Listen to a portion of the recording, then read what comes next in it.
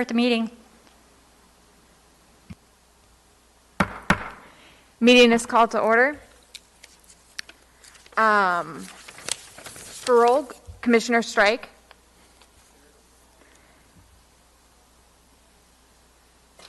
We're going to adjust the speakers on our end. We heard you, Commissioner Strike, but not as loud as you normally are. Okay, how's this? Keep talking if you don't mind. Okay, kind of a normal conversation.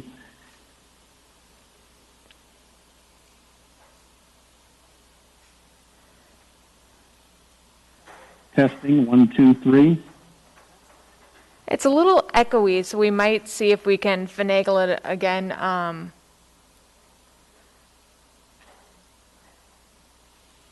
Would you mind giving us another sentence or two? Sure, let me try something here. I'm not going to be able. Try that, any difference? Possibly. Maybe keep talking a little bit more. It started to sound a little clear at the end there. Okay, testing, 1, 2, 3. Sound check. Yeah, I think that's better. Testing. Okay. Thank you, Commissioner Strike. Commissioner Spinelli. Here. Commissioner Looney. Here, and the Commissioner Strike was loud and clear with no echo from me. Okay, thank you. Commissioner Gardner. Here. Commissioner O'Quinn. Here. Commissioner Krishna. Here. And I am present, and Commissioner Anderson is excused, and Commissioner Winchester is unexcused at this moment. I'm here. Oh, is that Commissioner Winchester? Commissioner Winchester?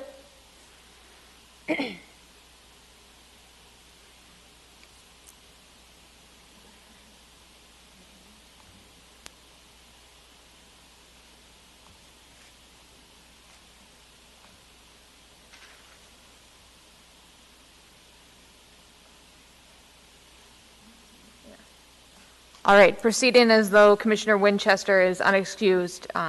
If he is here, if he wants to chime in again, but. Yes, I'm here.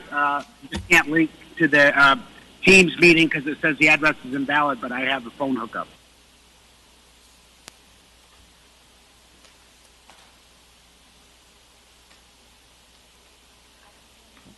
Sorry, can you repeat that again? I'm here by phone. I can hear everything clearly, but the Microsoft Teams link is not working for me.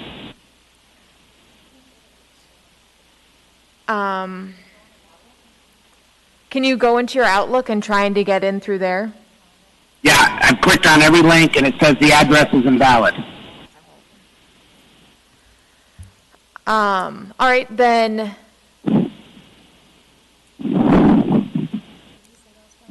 It just wouldn't work.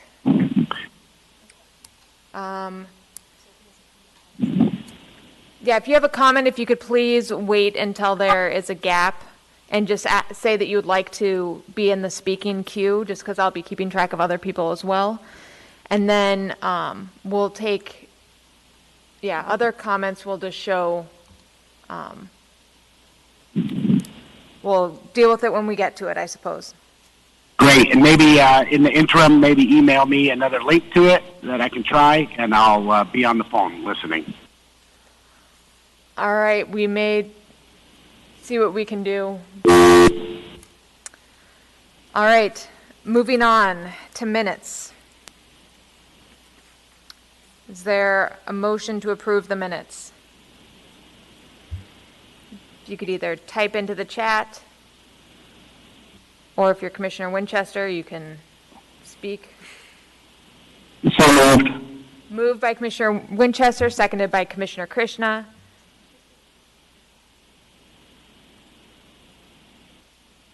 And is there any opposition? Seeing no opposition, minutes are approved. Moving on to special order of business, disclosures. Commissioner Strike? disclosures. Commissioner Spinelli, Nothing to disclose. Commissioner Looney, Yes, I would like to disclose that for case 2020-0081, which is the Spruce Street Extension Design Study Report, like many of the design projects, the petitioner is one of the major clients of mine, although I have not talked to them specifically about this project or their consultant. I do have quite a bit to add for this project, but like many of our projects, this petitioner is our client for many projects. thank you for your disclosure. I believe based on your comments that you should be able to proceed absent any objection from the body.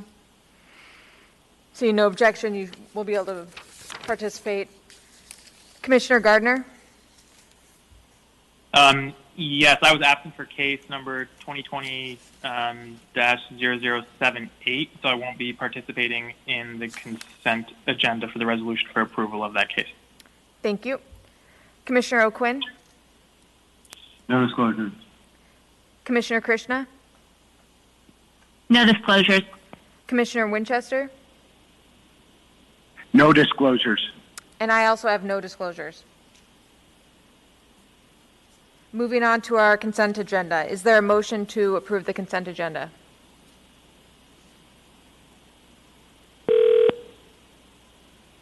Move to approve the consent agenda. Commissioner Strike. Commissioner Strike, moved by Commissioner Strike, seconded by Commissioner O'Quinn. And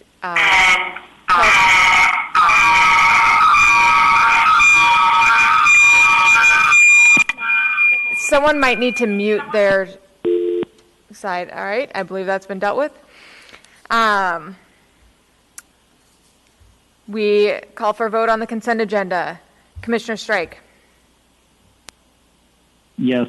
Commissioner Spinelli, Yes. Commissioner Anderson Commissioner Looney. Did you? Yes. And Commissioner Gardner has said that he will not participate because he was not there. Commissioner O'Quinn, Yes. Commissioner Krishna, Yes. Commissioner Winchester, Yes. and I also vote yes, and that motion passes. Moving on to our regular agenda, our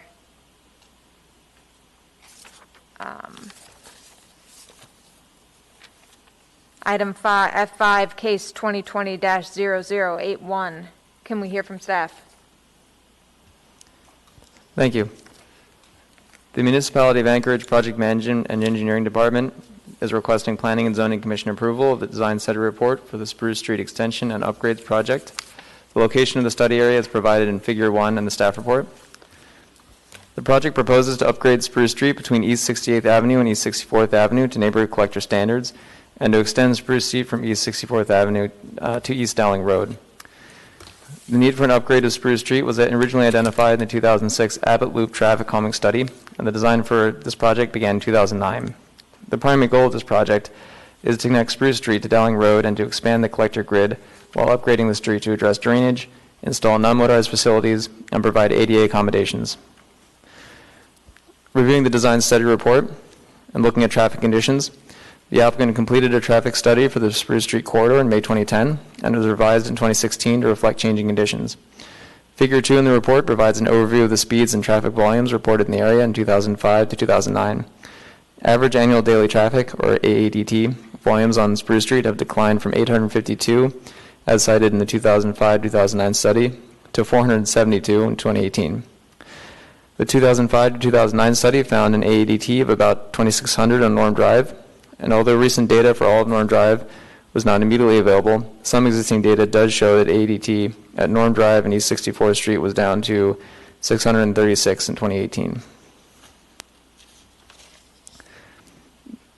The proposed Spruce Street upgrade and extension would be built to neighborhood collector standards, and the forecast traffic volumes would be about 1,000 to 2,500 for the extended Spruce Street corridor, which is on the lower side for neighborhood collectors intended to accommodate an ADT between 2,000 and 10,000.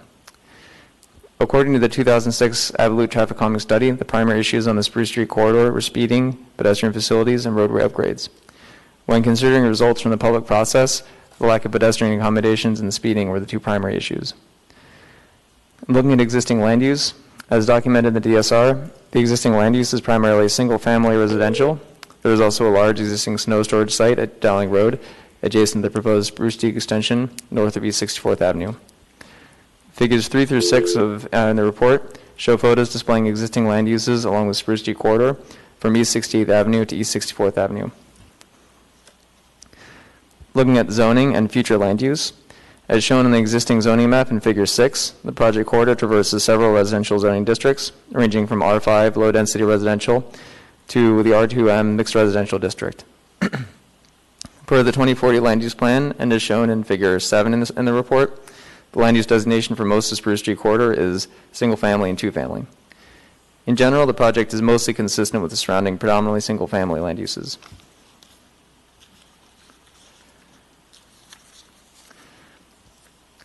And looking at the preferred alternative in the design study report, the applicant has proposed two alternatives: a no-action alternative and the extend and reconstruct roadway alternative that is illustrated in the typical sections shown in Figures 9 and 10 of the report. The extend and reconstruct roadway alternative is identified as a preferred. The recommended alternative for each segment includes sidewalks and multi-use trails throughout the corridor, which addresses the community's desire for pedestrian accommodations on Spruce Street.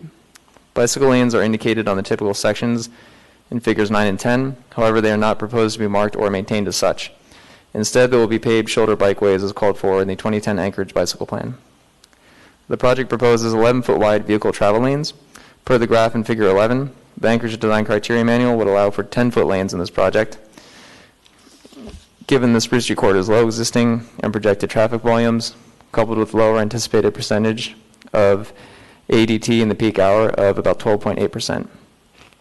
Providing narrower 10-foot lanes could help calm traffic on the corridor, which would be consistent with the underlying 2006 Abbott Loop Traffic Calming Study and the Anchorage Vision Zero Action Plan.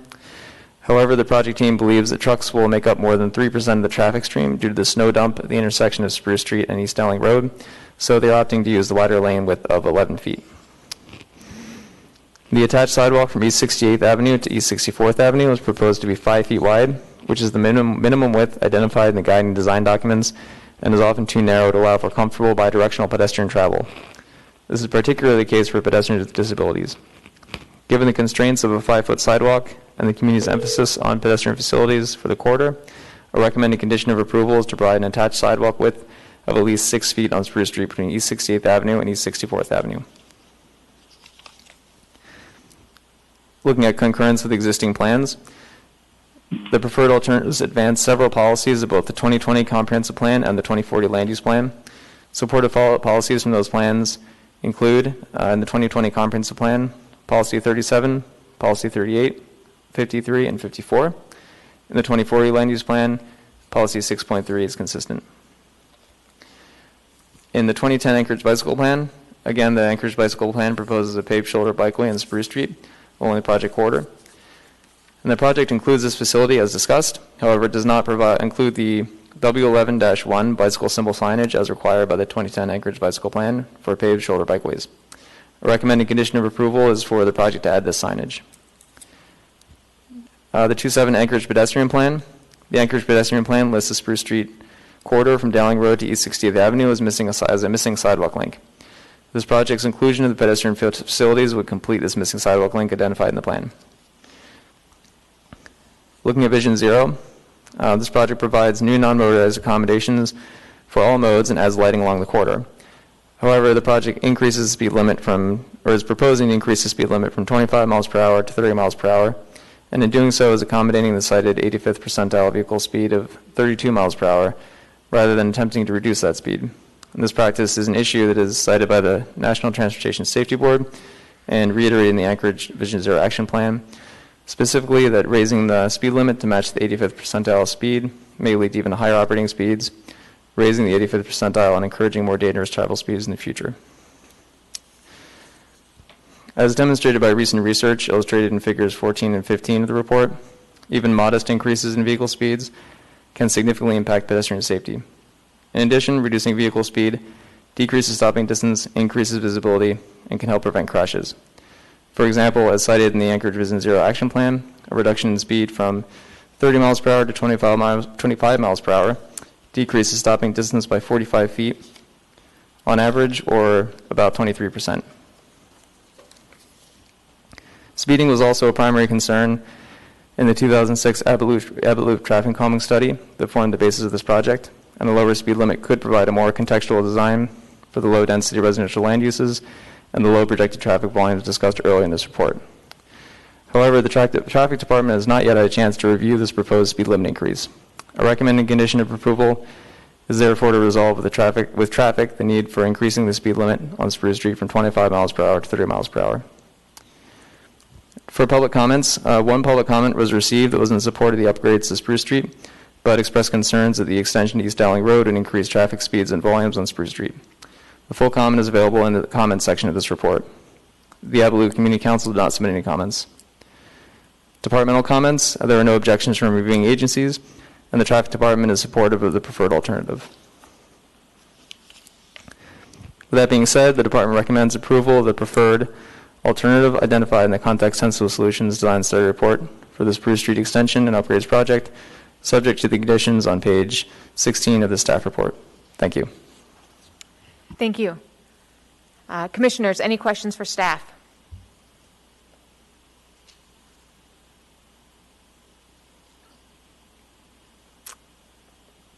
Type into the chat, or Commissioner Winchester's been added now, so if you have any questions for staff, please type into the chat. Commissioner Looney. Yes, this is Commissioner Looney, and this could be a question for the petitioner too, but I'll try it with the staff. Do you know whether the project evaluated a continuous bike lane through the 64th Avenue intersection? I see that the recommended alternative has what they call chokers, where they narrow the lanes and eliminate the bike lane through there. And this may be related to why they don't currently have the bike lane, I guess, striped to be a bike lane because it's not continuous. I'll let the petitioner fully answer that question. I will say that per the 2010 Anchorage Bicycle Plan, the facility is actually intended to be a paved shoulder bikeway, I believe, so not a full bike lane. And that might have something to do with it. But I do know, or based on what I've seen of the designs, the paved shoulder bikeway does not traverse the intersection, so it is interrupted by the intersection currently. But I'll let the petitioner speak to that more. Thank you. Yeah, thank you. I'll wait for that. But in general, I definitely support the project, and I think I'm behind everything all the way to make the connectivity. Thank you. Seeing no one else in the queue, can we hear from the applicant?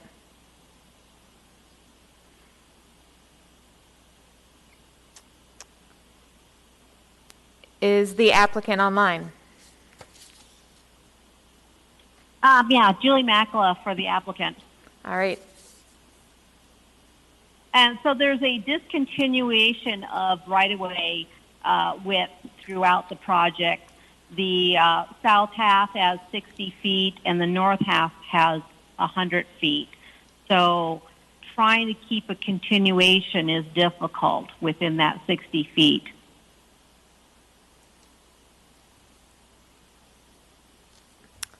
All right, and did you want to speak to the project in general, or were you just going to answer? I was trying to answer Mr. Looney's question. Okay. You also have time to speak to the application in general if you would like. So the application in general, we have two different zones. From 64th south is the 60 feet of right-of-way, and we're limited what we can do in that 60 feet of right-of-way. The north section from 64th to Dowling extension has the 100 feet, and so we're able to give more room to pretty much everything on the bike lanes, the pedestrian facilities, and such.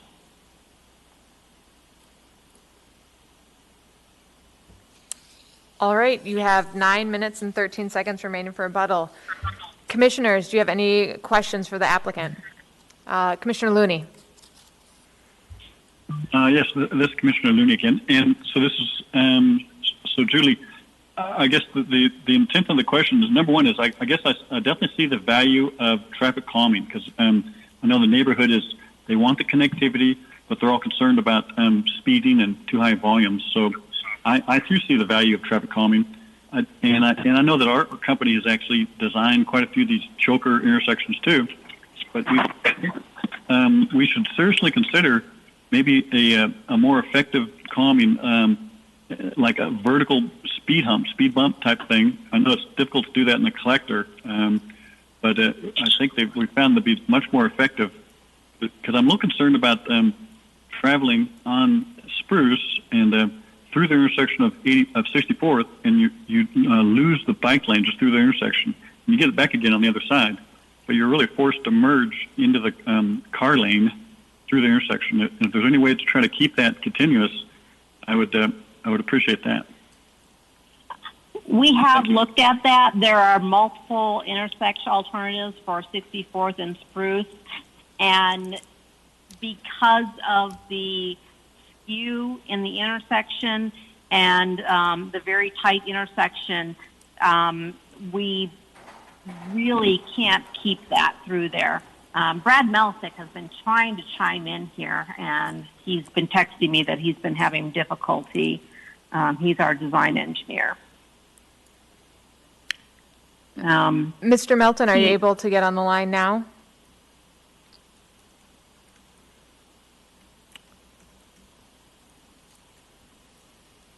All right. He says he's muted. But we have, if you look through our supplemental, we have looked at numerous intersection alternatives, and it's very tight, and the problem is the impact to private property owners. We will have to do a right-of-way acquisition at 64th and Spruce, and so we picked the alternative that will do the least amount of right-of-way acquisition, which means the least amount of impact to property owners.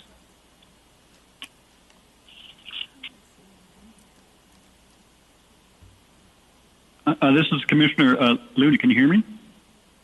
Yeah. So really, Julie, the question would be not so much to push the footprint wider, but to just to maybe not build the chokers, not to bring those curbs in at the intersection. I know it's a design detail, but it's significant.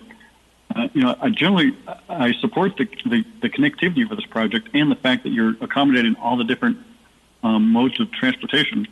It's just, like I say, it's a detail where we essentially you're missing the bike lane right where you need it the most, right through the intersection. And I know we've even done it this way, but I guess we've learned that the better way is not so much to rely on the choker, but to maybe do a vertical deflection, so that way we have a continuous bike lane.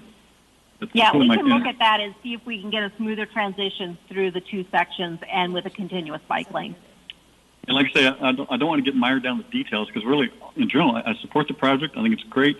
Traffic calming is something that the public has, I guess I've seen in quite a few comments there, people are worried about more higher speed traffic. It's just a way to do it. But I really want to accommodate the on-street bikers. Of course, I think you've done a real good job on the presentation. And I see you have the memo that goes through 7 different options for how to treat that intersection, which is great. From the roundabout and mini roundabout and things like that too. I would have loved to seen the version that just has the non-chokers, or just the standard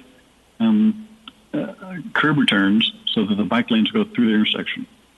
I'll leave it at that. But like I said, I don't want to get mired down the details at this point. But all in all, though, I definitely support the project. Thank you. All right, thank you. Before moving on to our next commissioner in the queue, I just want to make a note to Brad Milisic. I looked on our line here, and we have not muted you. We see that you're online on our webcast, but on Teams, but want to make sure that you've called in on your phone to the phone number that was emailed out to you. Moving on to our next question, Commissioner Gardner. Thank you. I was just curious if you had any thoughts or comments or concerns on the proposed conditions of approval.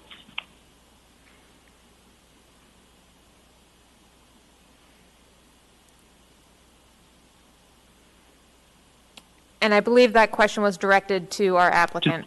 The applicant, yes. This is Melinda Tsu. Can you guys hear me? Yes, we can. Yeah, Julie and I are on the project team together, so we represent the applicant. Yeah, I looked at that. I looked at the staff report as far as increasing the width for the sidewalk from 5 foot to 6 foot. I'm certainly amenable, and I think the team is. We will look for space to see if we can make that happen. So right now there's an 8-foot pathway with 1 foot shoulders shown on each side. We believe where that pathway is, they don't really need that shoulder. So, there's some space to play around with and possibly come up with that extra foot for the sidewalk width. As far as, so what were some of the other ones? The other one was including bike striping for the bike lane. That's something we'll work through with the traffic department.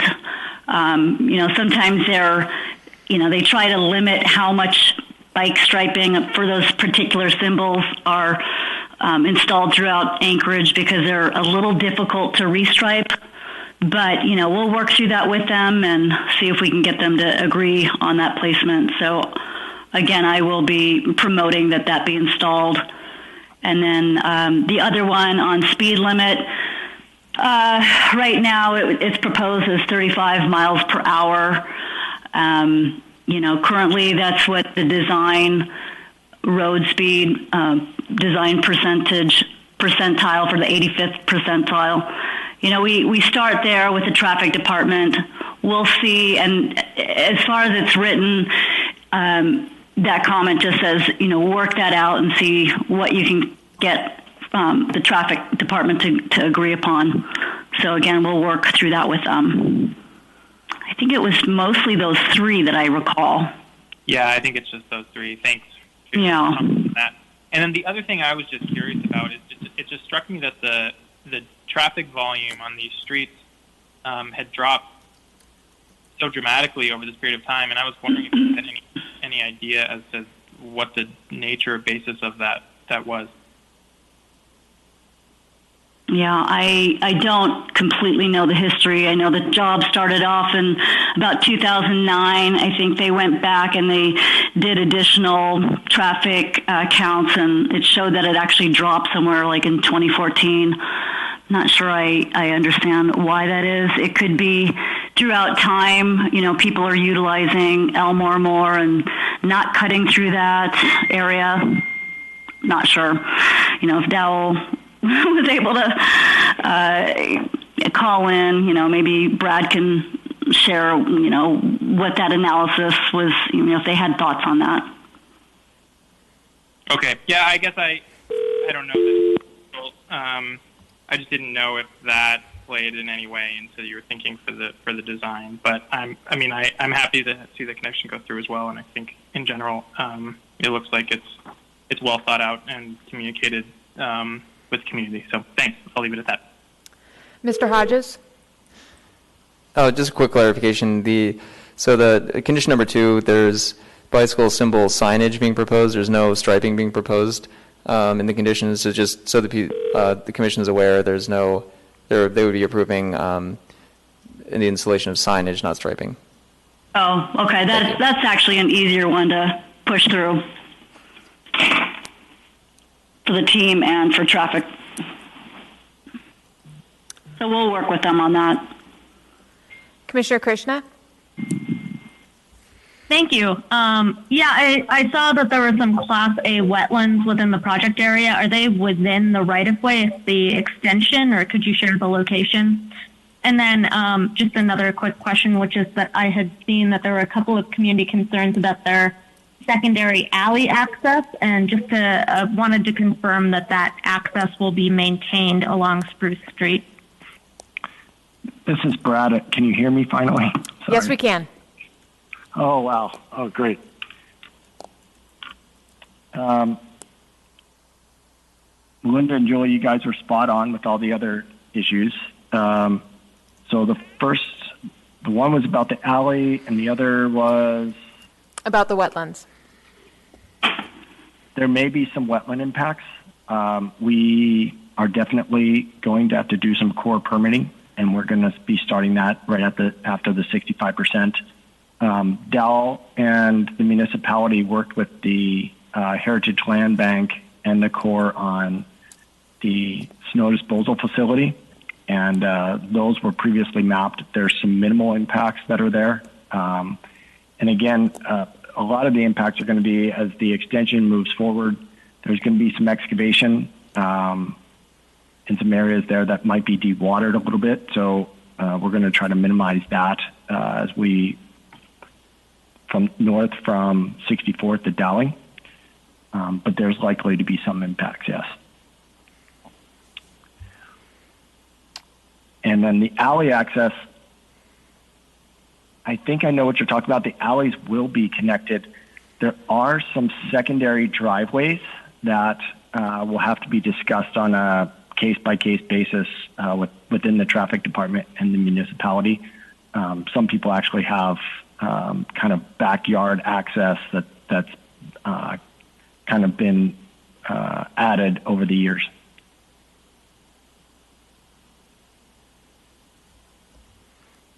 Do you have any further questions, Commissioner Krishna? No, thank you. Commissioner Strike?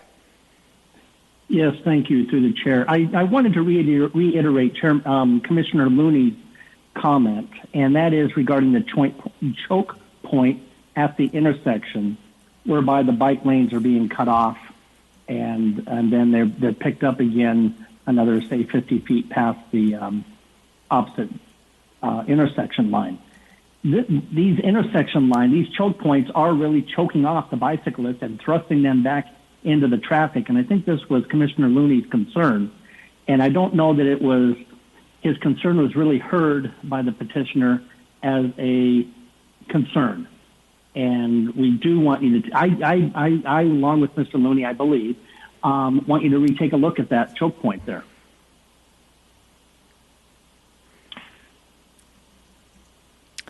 Thank you. We will. This is Brad again. We will. There's a couple of things that we can do with putting them up onto having those areas. We can actually move them up onto and go across the crosswalk in those areas, those intersections. Looking at the pedestrian movements, 64th is also the route that a lot of kids take to school, and that's also a school bus route. So the intersection at 64th has been definitely a focus, and we'll look to see if we can continue that. It's also been requested many times for that to be either a roundabout or a choker intersection, both for traffic calming and to reduce the pedestrian crossing distance. So all of those kind of need to be wrapped up in the one intersection, but we will definitely take another look at the bike facilities. As it's presented currently, the bicyclists are thrust into the traffic lane, and now they're fighting the vehicle traffic through the intersection until their lane opens up again. And I think I've been in these situations. These are accidents waiting to happen. Thank you. I'm going to chime in and speak at this moment too, since it's related to the same issue. Just kind of going off of Commissioner Looney's points, he mentioned such things as speed bumps and completely eliminating the curb cutouts. I would be a little hesitant to completely disabandon that, and particularly to put in a speed bump. I do know that the fire department currently does not really like the use of many speed bumps because that can impact their ability to respond to accidents. Additionally, I know that curb cutouts, specifically when you're looking from a walking perspective, especially with children, it cuts down the distance that they have to walk through the intersection. I think a good compromise solution that you might want to look into is Austin has started looking into curb cutouts that don't extend fully into the intersection. They do so by kind of dome bumps that wouldn't go across the whole street, but just in that curbed intersection area. And I think that is a compromise that would keep the curb extension, while eliminating the safety impacts on bicycles. I would be hesitant to go ahead and modify this when we've had commenters from, I can't remember if it's Goal Zero, but the pedestrian people that focus on that and completely abandon the pedestrian safety factors that they looked in. So I wouldn't want to see that completely thrown out. However, a minor modification like the Austin curb extensions would be something that I think should be looked at. Commissioner Looney, did you have another question? Yes, this is Commissioner Looney. I think we're focusing on the right things here. It's just great. All these ideas where we want to slow down the cars, but we also want to take into account the pedestrian movements and safety for everybody. And there's the design they show here is like I say, I can tell you that we designed intersections just like this 15 years ago. But there's things that have been done lately with center refuge islands for pedestrians that are able to accommodate both the through bikers and the peds, and so kind of it's a compromise is what it can, things like that. And I don't want to sit here and say here's the better design, but I guess as long as the design team is looking at these other alternatives, I think it's this direction I'd like to see this thing go. It'd be great, but some way to not cut off the bikers going through the intersection. The whole idea of sending a biker into the crosswalk is not the way to go. You really, once you're out there pretending like or acting like a car in the vehicle lane or on the roadway, you want to stay that way. You don't want to jump from car mode to pedestrian mode back, kind of thing. So all I can do is ask the design team to consider these other alternatives, and maybe currently I noticed condition approval number 2 is talking about provide the signs for a bike lane. And you really have a hard time signing the thing as a bike lane if it's so discontinuous. It's only there for a block and it's gone for the other block. We don't want to have one block of bike lane and then another block with nothing in between them. So it's not really a continuous corridor for bikes. They're not going to use it if it's not connected all the way, kind of thing. So they signing it as a bike lane and keeping it continuous are related topics. Thank you. I'm trying not to beat this thing to death, but thanks for being patient. I think these are all really valuable considerations, and thank you, Brian, and for everybody weighing in on this. I definitely think our design team will revisit, and non-motorist movements are very important for all of us in the municipality, for Vision Zero, and for bike anchorage and for everybody. So we'll take a good, strong look at this and see what we can do. Thank you. Thank you. Any other questions for the applicant?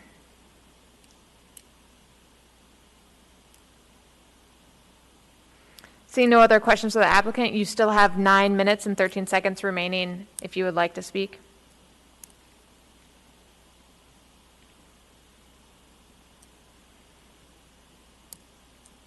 Would any of the applicants like to speak further on this matter? I think we're good as long as we've answered all the questions. All right, thank you so much. Since this is not a public hearing and we have heard from the applicant, what is the will of the body?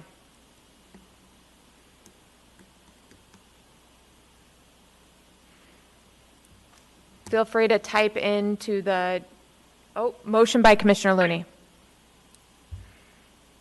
Okay, so I'll see if I can do this. So in the case of 2020-0081, for the approval of the context-sensitive solutions design site report for the Spruce Street extension, I move that we approve with the staff recommendations on page 16 of the report. Moved by Commissioner Looney, seconded by Commissioner Winchester. Commissioner Looney, would you like to speak to your motion? Yes, I think we've gone through a pretty healthy conversation today. Actually, it was easy because it's a very well done package, and every time I looked at things, it looks like they've already evaluated it. The whole issue about the intersection, they've gone through 7 different options of how to improve the intersection. So it looks like it's pretty thoroughly done, and they meet the requirements of the context-sensitive design process. and I'm ready to approve it with those conditions. Thank you. Would anyone else like to speak to the motion at this time?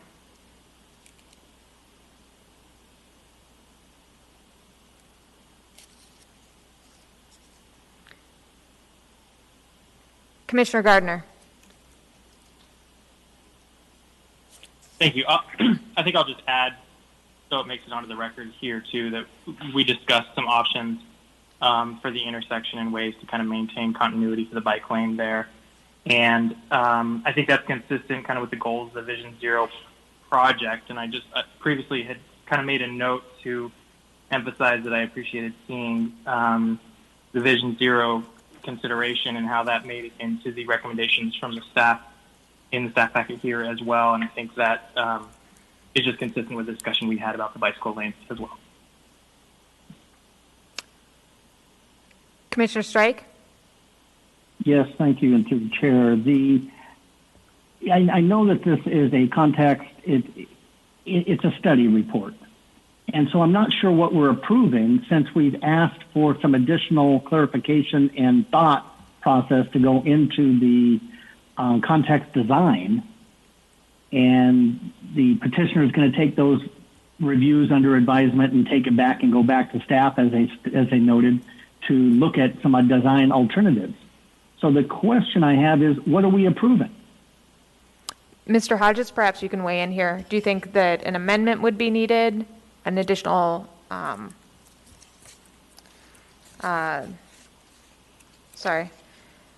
additional condition of approval, or what's your insight at this moment? The findings should suffice. So what the commission's approving is the 35% design as designed in the preferred alternatives as modified by the conditions of approval.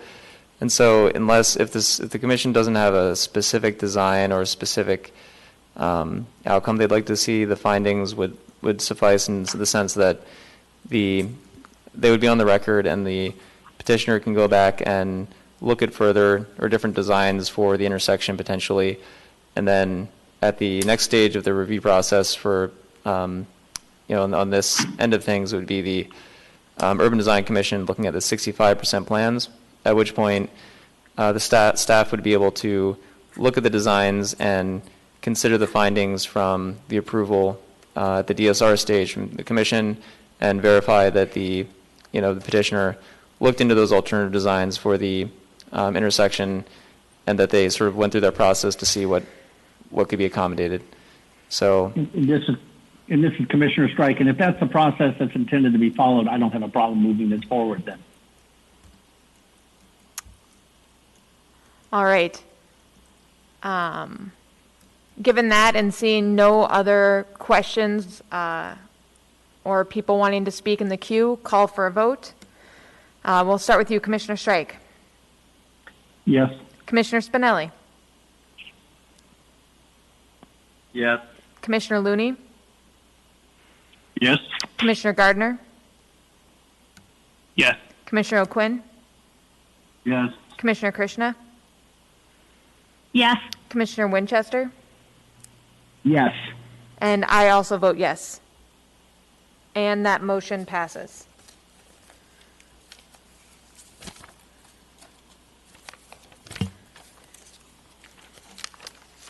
Moving on to our public hearing. Before we get started, I'm going to read the procedure by which the public may speak to the commission. The procedure by which the public may speak to the commission at its meeting is as follows. After the staff presentation is completed on public hearing items, the chair will ask for public testimony on the issue. Persons who wish to testify will follow the time limits established in the commission rules of procedure.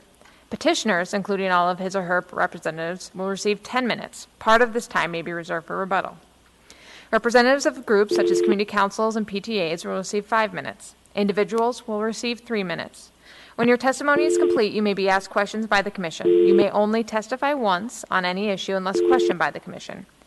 An individual may have appeal rights relating to any action the Planning and Zoning Commission takes, except for commission recommendations to the Assembly, which are not appealable.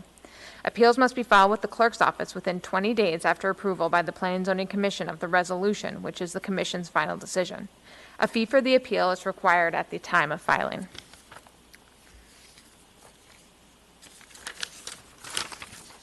Staff, can we hear the report for case 2020-0093? Thank you, Madam Chair. Clutinians is requesting to rezone one tract of land totaling 40 acres from CEPCD, which is the Chuyaki River Planned Community Development District, to CER10, which is Chuyaki River Low Density Residential Alpine Slope District. The petition site is located south of Eagle River Road and east of Vantage Avenue. That's up Eagle River Valley there. So Clutina would like to develop the petition site into a small neighborhood of 28 single-family homes. Construction is likely to occur in 2021 if the rezone is approved. The classification of CER10 aligns with the surrounding residential with the same zoning designation. The proposed zoning matches the small subdivision plan compared to the current designation that calls for a large-scale planned development with phases. That's not their intention. This will result in a housing density of less than 1 dwelling unit per acre, which is consistent with the Chuyaki Eagle River comp plan, and up to 40 single-family homes could be developed on this site without creating a conflict within the comprehensive plan. As such, an accompanying amendment to the comprehensive plan is not required. No objections to this rezone were received from reviewing agencies. There was a community meeting held via Zoom, and the Planning Department mailed public hearing notices to the Eagle River Valley Community Council, which did not submit comments for this rezone, and as of the writing, there was no public comments that were received. So in the matters of the approval criteria, staff finds that criteria 1 has been met. By rezoning this property, development on this property will allow lots to be 1.25 acres to 7.5 acres in size, depending on the average slope of each lot. That allows for flexibility on lot sizes within the petition site. Compliant roadways, utilities, and pedestrian amenities will be installed as part of the proposed development. Criteria number 2, staff has found that has been met. It complies with the 2006 Chuyaki River Comprehensive Plan update land use map, which identifies the site as residential less than 1 to 1 dwelling unit per acre. There is locational criteria per the comp plan, so there's 5 of those standards within there, and staff has found all those have been met. Number 1, the petition site is neighbored by detached single-family CER10 developments to the north, and the Eagle River Greenbelt surrounds the rest of the property. That's the same, that meets standard 2 of vacant areas that are located adjacent to the large lot rural development.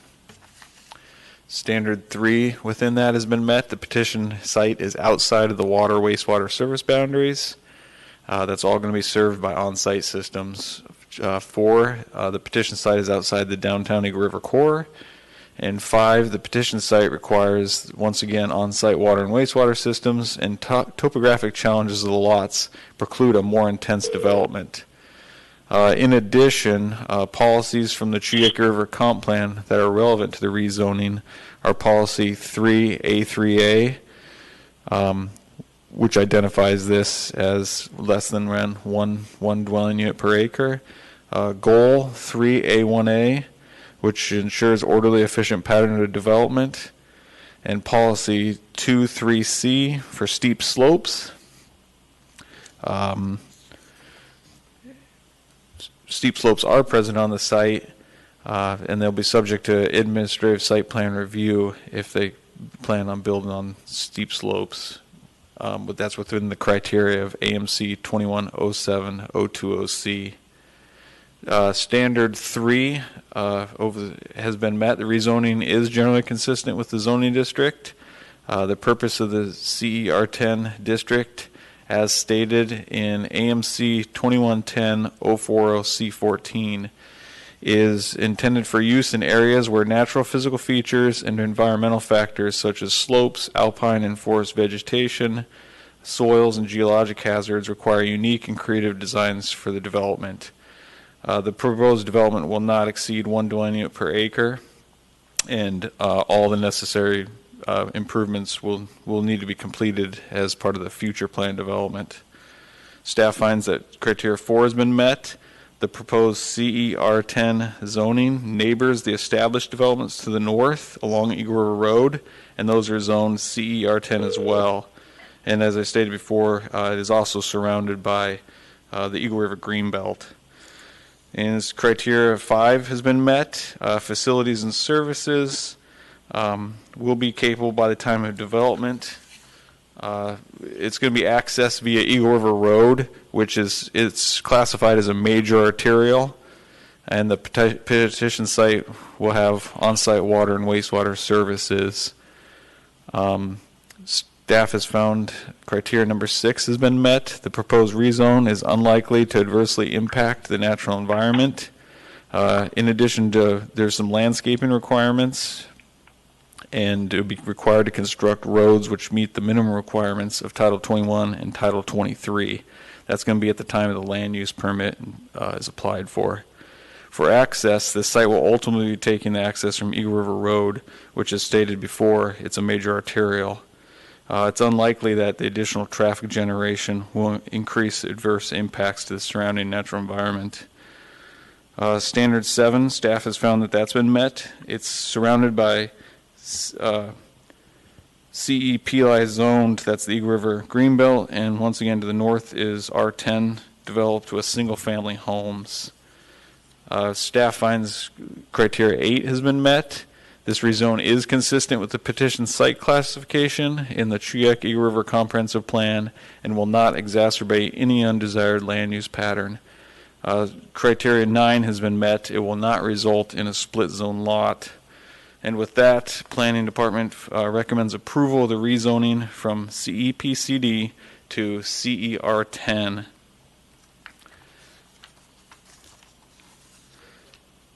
Thank you. Commissioners, do you have any questions for staff?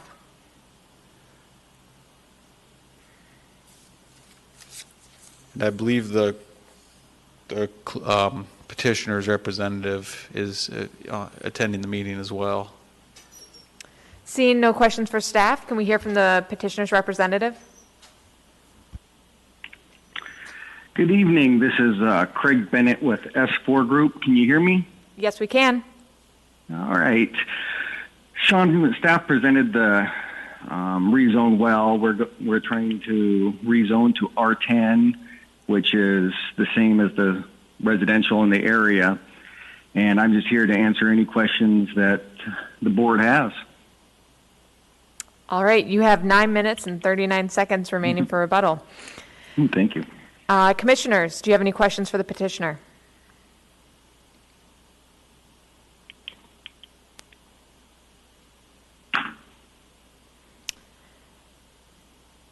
Seeing nobody in the queue, do we have any members? We have no members from the public wishing to testify at this time. Petitioner, you have 9 minutes and 39 seconds remaining for rebuttal if you would like to use it. No, thank you. I'm good. All right, thank you. Commissioners, what's the will of the body? Commissioner Strike, you have a motion? Yes, I do. In the matter of case number 2020-0093, a request for a rezone from CEPCD to CER10 in Chugach Eagle River going into low-density residential. I move for approval. Moved by Commissioner Strike, seconded by Commissioner Krishna. Commissioner Strike, would you like to speak to your motion? I would. I think this is a very succinct, compact, tight approval or proposal in front of us. I note that there has been no public testimony against, albeit or for the property zoning, but that this is progressing in the right direction for the area, for the need for housing, and this will be good for the district. Thank you. Thank you, Commissioner Strike. Would anyone else like to speak to this motion? Commissioner Looney. Yes, for the record, like Commissioner Strike said, this is a straightforward case. The case meets all 9 criteria for rezone as documented in the staff packet. So it looks pretty straightforward. Thank you. Thank you, Commissioner Looney. Seeing no one else in the queue, I will call for a vote. Commissioner Strike. Yes. Commissioner Spinelli. Yes. Commissioner Looney, Yes. Commissioner Gardner, Yes. Commissioner O'Quinn, Yes. Commissioner Krishna, Yes. Commissioner Winchester, Yes. and I also vote yes. That motion passes. I'd like to thank the petitioner for their time. Moving on to case 2020-0097, can we have the staff report? Yes, thank you, Madam Chair. This is a request for a conditional use permit to allow for the construction of a new multiple-family housing development with a density of 6 dwelling units per acre, which equates to 9 dwelling units on this 1.5-acre parcel within the GR1 district in Girdwood. The petition site is located west of the intersection of Gunnysack Mine Road and the Alyeska Highway. The proposed housing development will consist of 4 structures, 3 duplexes, and 1 triplex. This parcel was previously granted a variance to construct Sproat Road using recycled asphalt pavement through plating case S12532. The planning department has reviewed the case and presents the following findings. For approval criteria 1, we do believe the criteria is met. The petition site is classified as single-family residential per the 1995 Girdwood Area Plan, Land Use Plan, Map 11. The proposed use may appear to conflict with this classification. However, the underlying zoning designation, GR1, is intended for a variety of housing types to allow for diverse neighborhood aesthetic. The following land use theme of the 1995 Girdwood Area Plan also applies to this case, and that theme is the continued growth of the Girdwood community. The Girdwood community is currently having trouble providing enough housing for both seasonal and permanent workers due to a lack of available long-term housing options. The development of these 9 dwelling units will assist in lessening the burden of finding housing for prospective residents. Accommodating prospective residents with this new housing opportunity will grow the Girdwood community. Submitted site plan is in compliance with all dimensional standards. The submitted site plan is also compliant with the landscaping, vegetation, and tree retention requirements. Developments within the GR1 district are exempt from providing a minimum amount of tree retention. However, the developer is voluntarily holding themselves to the standards of code and will be retaining approximately 25% of the natural vegetation on site, which exceeds the subject standard for multiple family and other districts by 5%. In accordance with Anchorage Municipal Code, Title 21, Chapter 9, subsection 070K, snow management, approximately 15,000 square feet of paved surface area will be used for vehicular turning and maneuvering area, of which 20%, or 3,000 square feet, shall be dedicated to snow storage area. This area is mentioned within the narrative of the application, but is not shown within the submitted site plan. Because of this matter shall be resolved with the Planning Department. In accordance with Anchorage Municipal Code, it also requires pedestrian walkways to paved parking areas and to sidewalks along an adjoining right-of-way.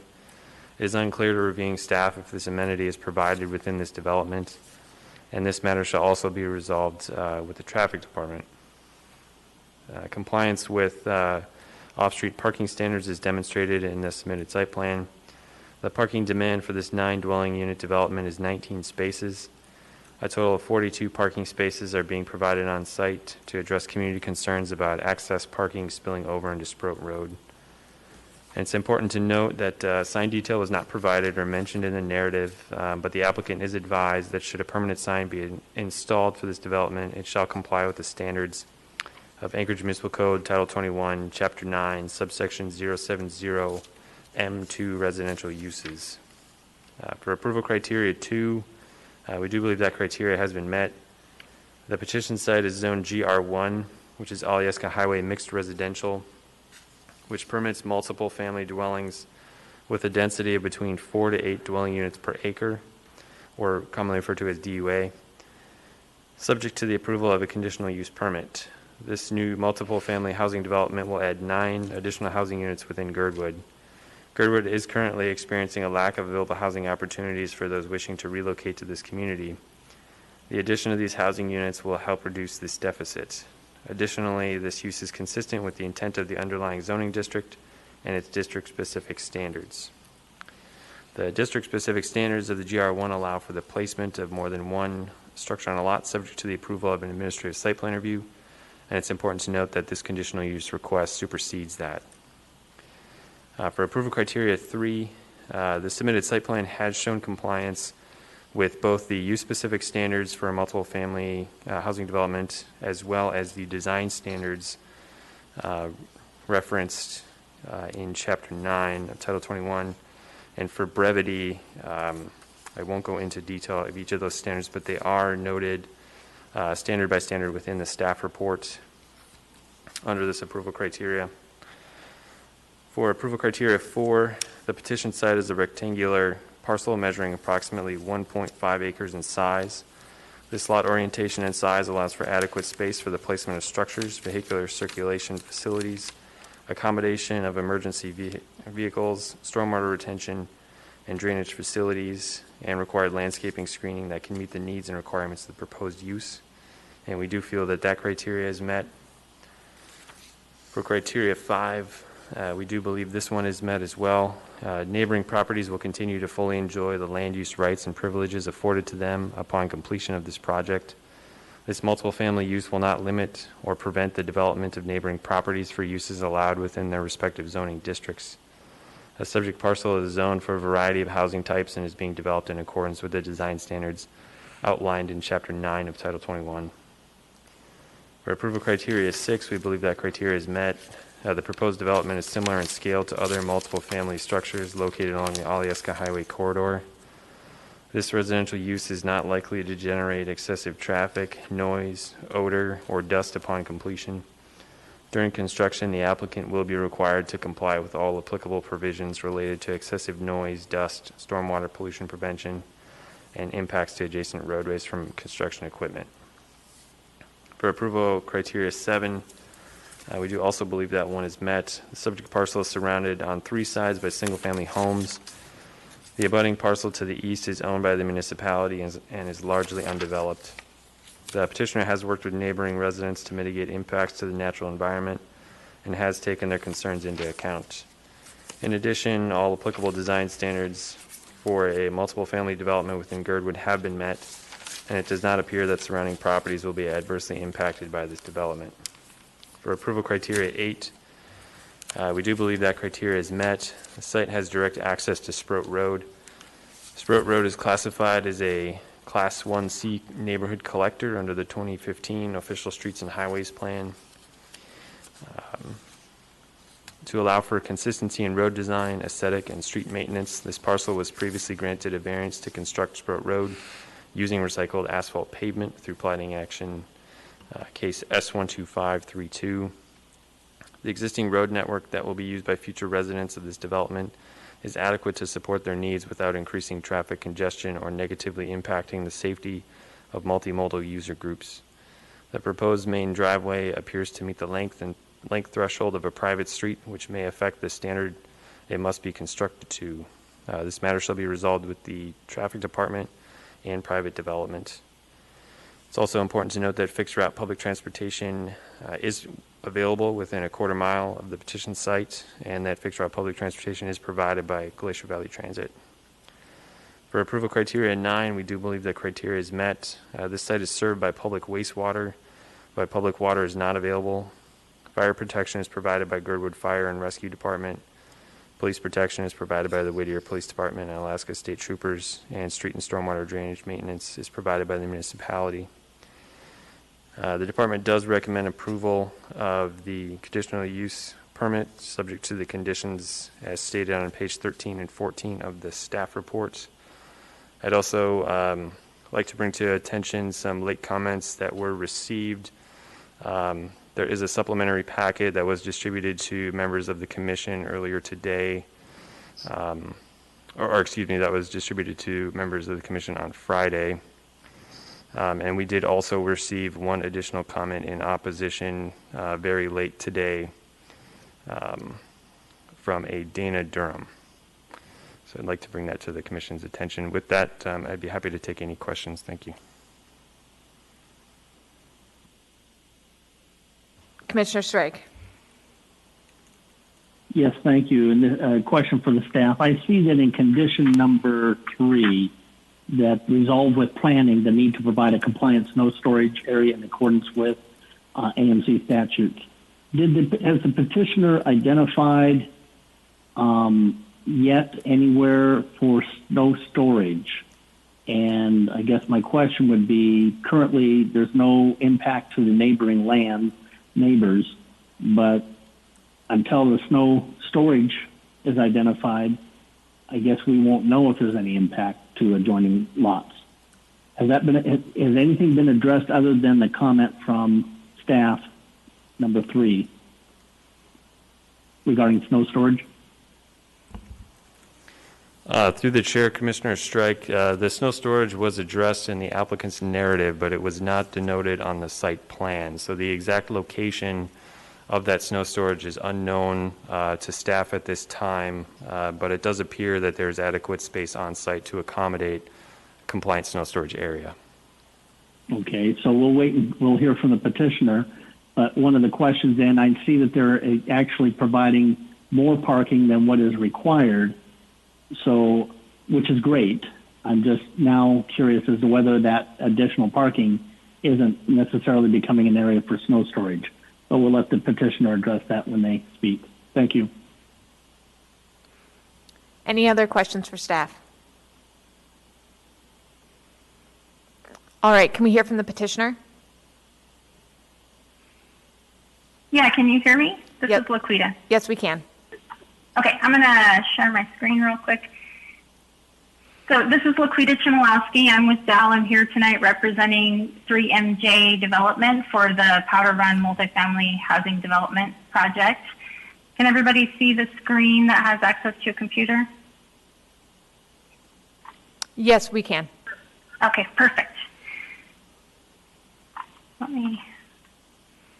Okay, so as, I would like to also reserve any remaining time I have for rebuttal, and we take no exception to the conditions that have been presented by staff.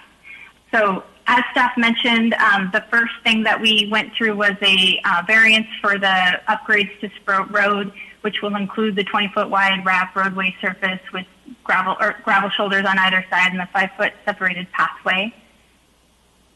And so on the site plan, you can actually see the roadway improvements are shown along with the pathway that'll tie into a sidewalk that'll be on site that leads to each individual unit.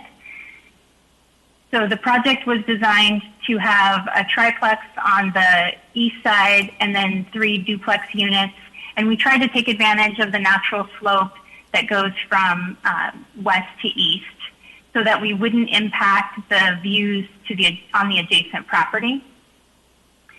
And what we also did was, instead of having, because we could have had 3-story units, we went with 2-story units to also take into consideration view sheds and to better fit in with the surrounding developments.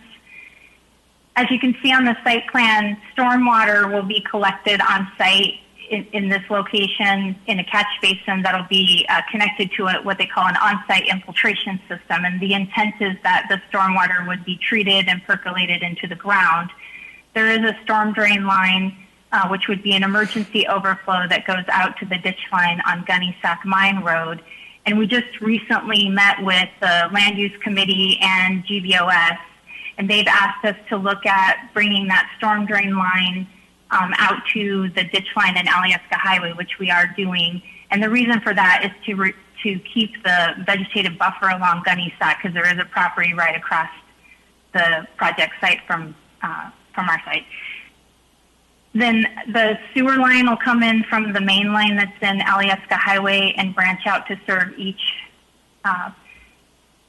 unit or group of units. And then there are 3 wells on site to serve the units as well. And then I know there was a question about the snow storage, and so we have not denoted it on the plan, and certainly the additional parking is one place that it could be stored, but there are pockets adjacent to those locations that could also serve for snow storage. So we do not see any issues with that, with providing what's required.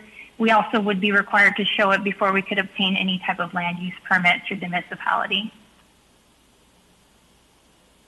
So one of the big concerns as we worked with the community was parking and making sure that parking on site did not become an issue for the neighborhood, and we didn't see people parking out on Sproat. So as staff mentioned, we have 22 spaces that are required, and then what we're providing is 42 parking spaces, and that includes 2-car garages for each unit, 2 spaces that are located in the driveways in front of each unit, and then 6 additional parking spaces on site. So one of the other concerns from the community was how much traffic would be generated from the development. And so the concern comes from some of the units maybe being rented rather than owner occupied. And so we looked at different ITE trip generation rates to kind of come up with, what would be the worst case scenario. And so really the worst case scenario is if each of the units, which are 3 bedrooms, were rented out per room, like a hotel. And so that would generate 13 trips in the peak hour, which, it's unlikely that they would be rented that way if at all. Most likely they would function as like timeshares or just a multifamily housing unit. And just to put that in perspective, the municipality typically doesn't require a traffic impact analysis until you hit 100 trips in the peak hour. So we're well below that threshold. One of the other concerns that folks had was fire access and protection. So we do have on-site fire access, as staff mentioned, and that's the red dashed line that you see coming down the Spine Road into the site. And it was designed so that the trucks can turn around on site, and all of those, all the fire department requirements for on-site access are met with this fire lane. And then we also have fire access from Gunny Sack, Sproat, and Alyeska Highway. The other thing to take into account is there's a 20,000 gallon tank across the street on Sproat that was specifically built for fire protection for this area. It's my understanding it's not usable in the winter, but it is a feature that helps not only protect this development, but all the developments in the area. Along with that, sprinklers are not required for this type of development, but they do require, fire code requires 1 hour rated walls between the units, and we actually have 2 hour rated walls. So we are meeting all the fire code and building code requirements for this type of development, and actually in some cases exceeding them. And then lastly, the density. So as staff mentioned, this particular development is for 6 housing units, or 6 units per acre. Although it's slightly higher than some of the surrounding developments, it's important to note that all the area highlighted in yellow has the same zoning, and so some of those parcels are vacant or may be redeveloped, and so the densities may increase over time. But you do have densities of 3 to 5 dwelling units around this project site. So this is just a rendering of the, or an elevation of the duplex units, which was in your packet. And then the floor plan showing the garage and the bedrooms on the first floor. And then the living space and master bedroom on the second floor. And the triplex unit has has 1 extra unit with the same floor plans and elevations.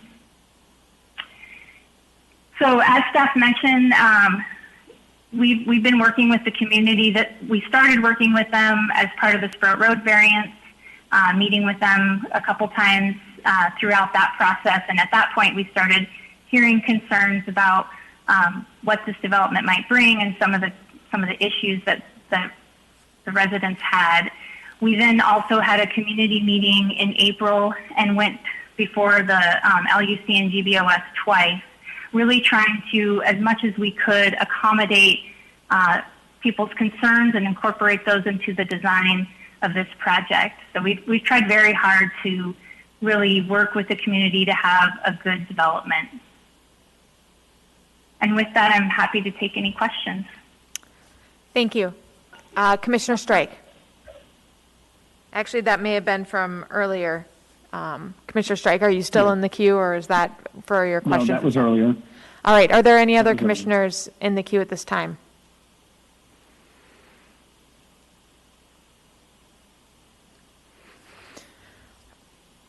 I will chime in then. I had a question. The Girdwood Board of Supervisors has submitted a letter of objection. I was curious about your response to their request. They wanted to add the following conditions to address their concerns. I was wondering if you have had time to review those issues and what your response is. So we were at the GBOS meeting when they prepared the draft letter. I have not seen the final letter. From what I understand, some of the conditions are tied to if there were rental units. And so we have discussed with them that that there would be some limitations on, no more than 3 or a minimum of 3 nights. But, it's kind of hard to get too into the weeds until we get past this part of the project to know that we have a project and we can move forward with creating the rules that govern this type of development for the homeowners. And I know there were I believe there were some concerns about the fire protection, and I think we have addressed those concerns. All right, thank you. You're welcome. I believe one of the questions, I know the other ones you addressed were items that wouldn't come at this point, but one was to cap the developments at 6 units. Yeah, so, it's always a tough position to be in when you're looking at multifamily development, but we know there is an overall need for additional housing in Girdwood. And so, we really could have, with a conditional use permit, we could have done up to 12 units. And, we tried to take into consideration the residents' concerns about that many dwelling units. And so we thought 9 was a better fit. It gave opportunity to provide some buffers to the neighbors nearby and take advantage of the slopes. But I don't think at this point we would really want to reduce to 6. Commissioner Looney? Yes, thank you. And my question is similar to the chairs, is addressing the letter of objection from the Girdwood Board of Supervisors. One of their comments is number 2 on their letter is considered access to the property. They don't. I think they would rather have it from Gunnysack or the highway down below, but they don't want it from the west there, Sprock. Can you address that, or why they would? Thank you. Yeah. So actually, this came up. We did extensive research as part of the variance, looking at our options for access, and the issue is that Alyeska Highway is owned by DOT, and they have indicated that they will not allow access for this particular parcel. And in fact, the property across Gunnysack went through a replat, and they have a note on their plat that restricts access to Alyeska Highway. Then we did look at Gunnysack, and the issue with Gunnysack is it also doesn't meet municipal requirements, not only for the road surface and cross-section, but also for the longitudinal slope. And so we looked at what would be required to reconstruct it to meet that requirement, and it would require constructing it from Alyeska Highway all the way to Sproat, and there's also a sewer main within that right-of-way that would have to be lowered to make that work. So, when you start looking at the cost of that relative to the development, it makes it cost prohibitive. And so that left Sproat as the next option. And again, that also required some level of upgrades, and we went through that variance process to get to the cross-section that's currently approved. Yes, thank you. Actually, that makes a lot of sense to me. I cannot imagine DOT letting another driveway from down there on the highway. And also imagine that the Gunnysack, it has a relatively steep slope, and it wouldn't be near as safe to be entering and accessing from that steep slope road, whereas Sprague, I'm not sure if I'm pronouncing that right or not, that seemed like the logical place to access the property. Yeah. Thank you. Yeah, and of course, the municipality indicated that as soon as we make a connection to Gunny Sack, we have to bring it to municipal standard, and that's when we started looking at what would that involve. So Sprague was the logical connection point. Thank you. You're welcome. Any other questions for the petitioner? Yes, from Commissioner Strike, sorry. Yes. Can you elaborate a little bit on the current zoning and what it would allow you to do? My understanding, it would allow you to currently, without coming forward to this commission, to build a hotel, inns, or multifamily family housing. And this conditional use is specifically to 9 units for the acreage here. So yeah, I guess I'm missing the disconnect here. Sure. So the way the code's written is if you have less than 4 dwelling units per acre, then that's a permitted use for multifamily. And so that for this particular parcel, that equates to 5 units. Then if you have from 4 to 8 dwelling units per acre, it requires a conditional use permit. So that's, once you build the 6th unit all the way up, in our case, to 12 units, you need a conditional use permit. So we are asking for 9 units, which equals 6 dwelling units per acre, which is less than what we could ask for under a conditional use permit. So if you had opted to, say, build a hotel, how many room hotel could you have built? Oh, I don't know the answer to that right off the top of my head. I'd have to go look at code. Okay. So what I'm trying to discern is that the concern raised by the Board of Commissioners and everyone regarding short-term rental is that this property, before you do anything, can still be used for short-term rental. Yeah, I think. I mean. Yeah, I don't think that's for a hotel or an inn. Sure. Yeah, I mean, this development is really truly a multi-family development. It's not intended for short-term rental. I think that's I think that for Girdwood that happens because it is a resort community, and that's where some of those concerns are coming from for this particular development. I guess where I'm coming from is if you did nothing but followed the code and built what was allowed to be built there anyway, you would not be able to address their concerns because the short-term rental is allowed. Correct. Thank you. You're welcome. Commissioner Gardner? Yes, thank you. I had, I guess, another follow-up question to the letter of objection from the Board of Supervisors. And I think you mentioned you hadn't had a chance to see the final, but they also had a section where they identified a couple of issues that they had concerns with that I think you have largely, if not completely, addressed, including limiting the structures to 2 stories, having additional parking. They also mentioned having the overflow drainage going to the Alyeska Highway, which I think you said you will be looking to do now after further consultation, and then asking for no area lighting of the driveways except for lighting from individual units. I guess the first question is there currently area lighting, or is it just from the individual units? Yeah, it's actually just from the individual units. There is no plans to light the roadway. It'll just be what's on the housing units themselves. Okay. And then the second question is, to the extent if it would be necessary to kind of ensure that those pieces that the Board of Supervisors was concerned about are included in a condition of approval, would you have any concerns about any of those? I guess it would depend. I mean, are you saying like having a condition that they remain 2-story and addressing the parking?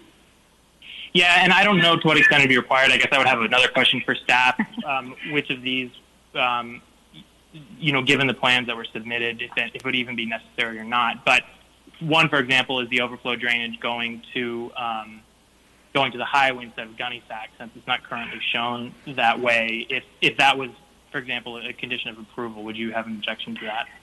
So I would only ask that it be written to give us some flexibility because, again, that's DOT right-of-way. So we will try, our intent is to have the overflow drainage go to Alyeska Highway, but we do have to get DOT's permission to discharge to their ditch. So I would just ask for that sort of flexibility. Okay. Thank you.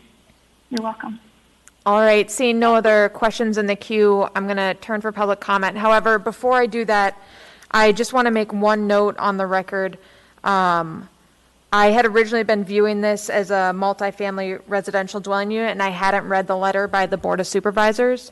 And so I want to disclose that I do have a property in Girdwood off of Timberline Drive that I do rent out on Airbnb. And so I don't think it is disqualifying, but I wanted to throw it out there. If there is any members of the commission that would like to object to me participating, I fully accept you commenting in now.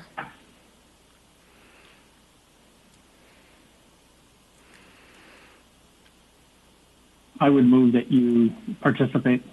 Moved by Commissioner Strike. I believe seconded by Commissioner Looney. Just to be as upfront as possible, I'm then going to go through to make sure that, Commissioner Gardner. Yeah, I don't know if you were going to suggest that we kind of go to an individual vote or not, but I was just going to comment that it doesn't seem to me that any aspect of this decision today for this hearing should affect your property in any way. So I think I would be supporting the motion to participate. All right, then I will just ask if there are any objections to me participating. Seeing no objections, I will participate. Again, sorry about not noticing that earlier. I had originally been looking at this as a multifamily. Moving on to our public comments on the phone, we'll turn to that now.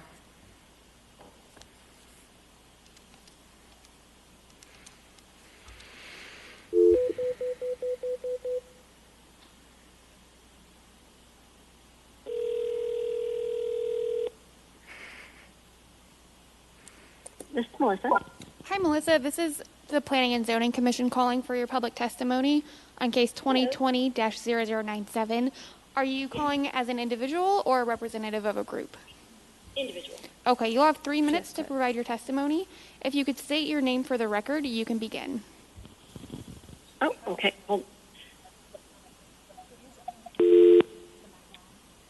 Okay, Melissa LaRose. Can you hear me? Yes, we can. Okay, my name is Melissa LaRose. With my husband, I own and reside in the adjacent property at 200 Sproat Road. I also own a lot at 465 Alyeska Highway in the same block. I would like to oppose granting the proposed conditional use permit in this case.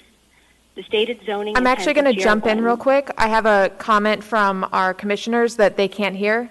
Yeah, I think that mic has to go down. I have submitted this via email as well, if it's easier to... All right, we can hear you now, so if you want to start over, Ms. LaRose, go for it.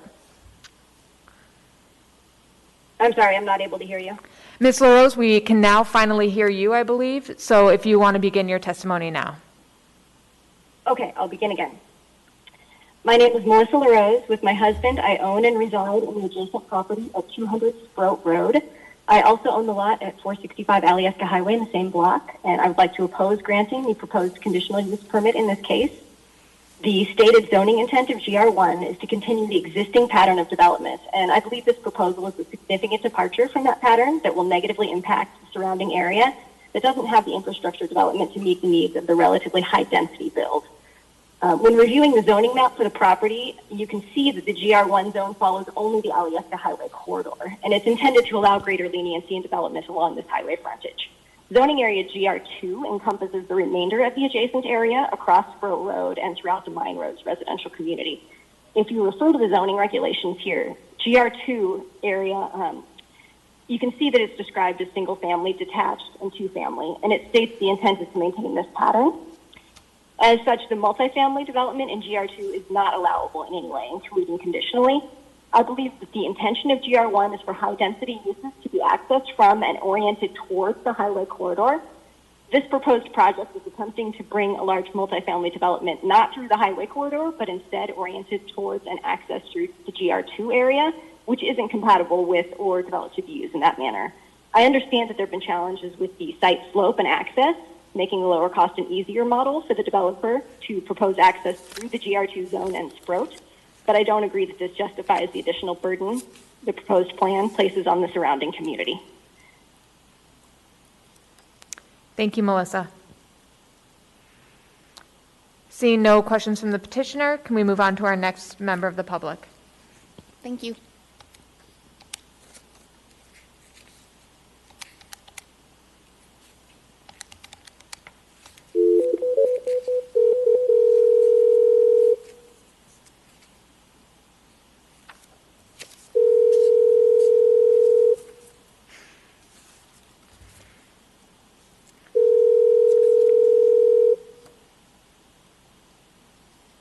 Your call has been answered by a VIA IP office.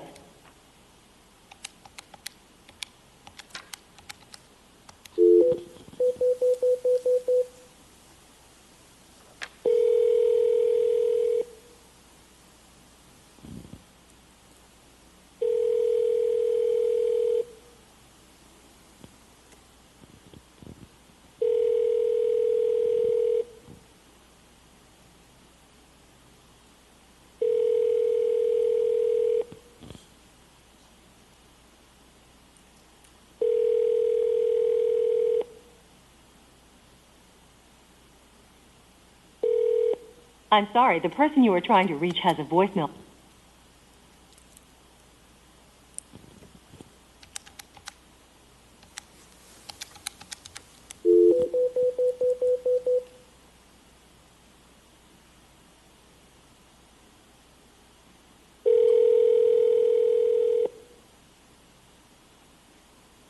Hello, Hi, is this Alan Rosenthal?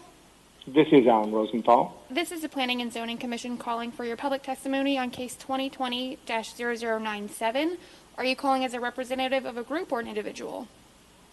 I couldn't quite hear because I'm also watching. I am online for testimony tonight. Was that the question? Are you a representative of a group or an individual?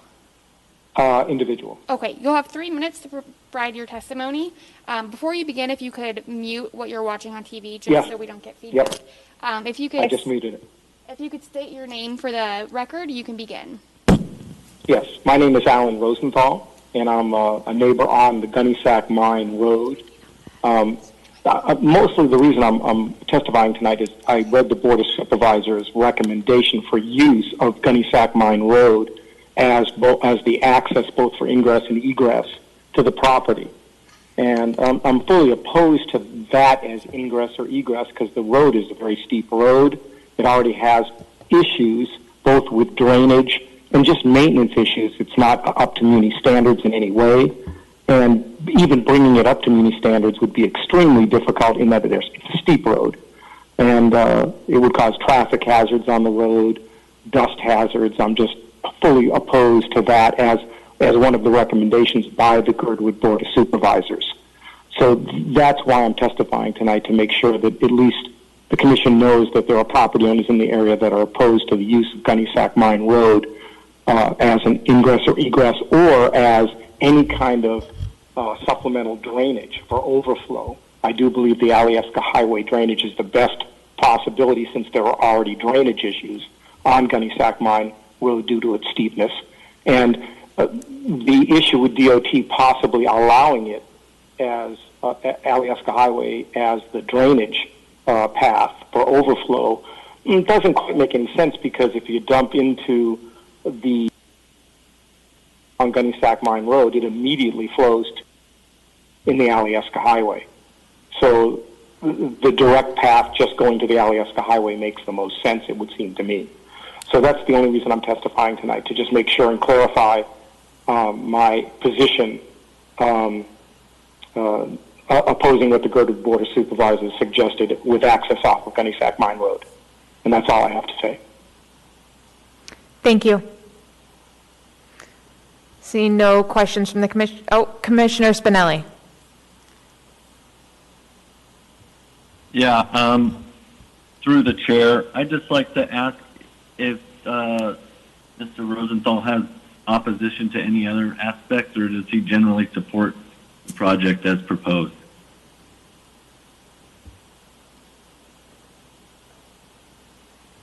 Mr. Rosenthal? Hello? Sorry, go ahead, Mr. Rosenthal. Hello? I can't hear the question on my end. The question was if you, other than the access issues, I believe the question posed by Commissioner Spinelli was, do you have any other objections to the application, or do you support the application? Well, I still can't really hear.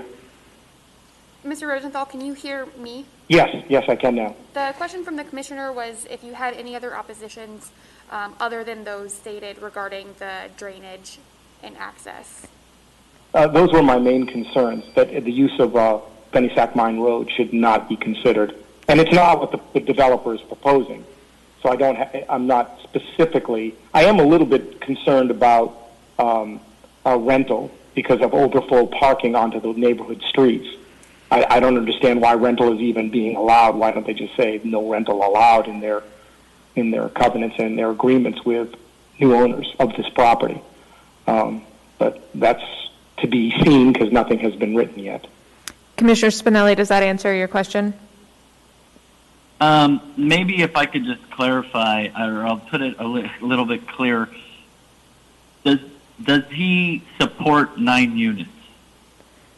And Mr. Rosenthal, I'm not sure if you heard Commissioner's question. Do you support the development at 9 units?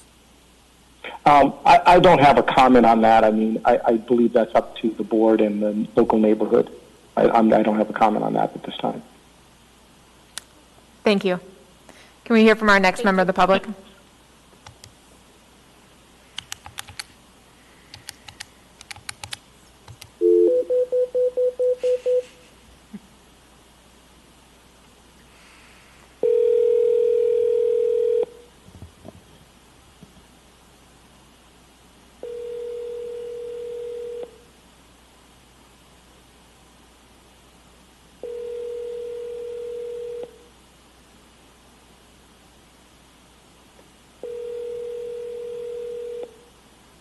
Your call has been forwarded to an automatic.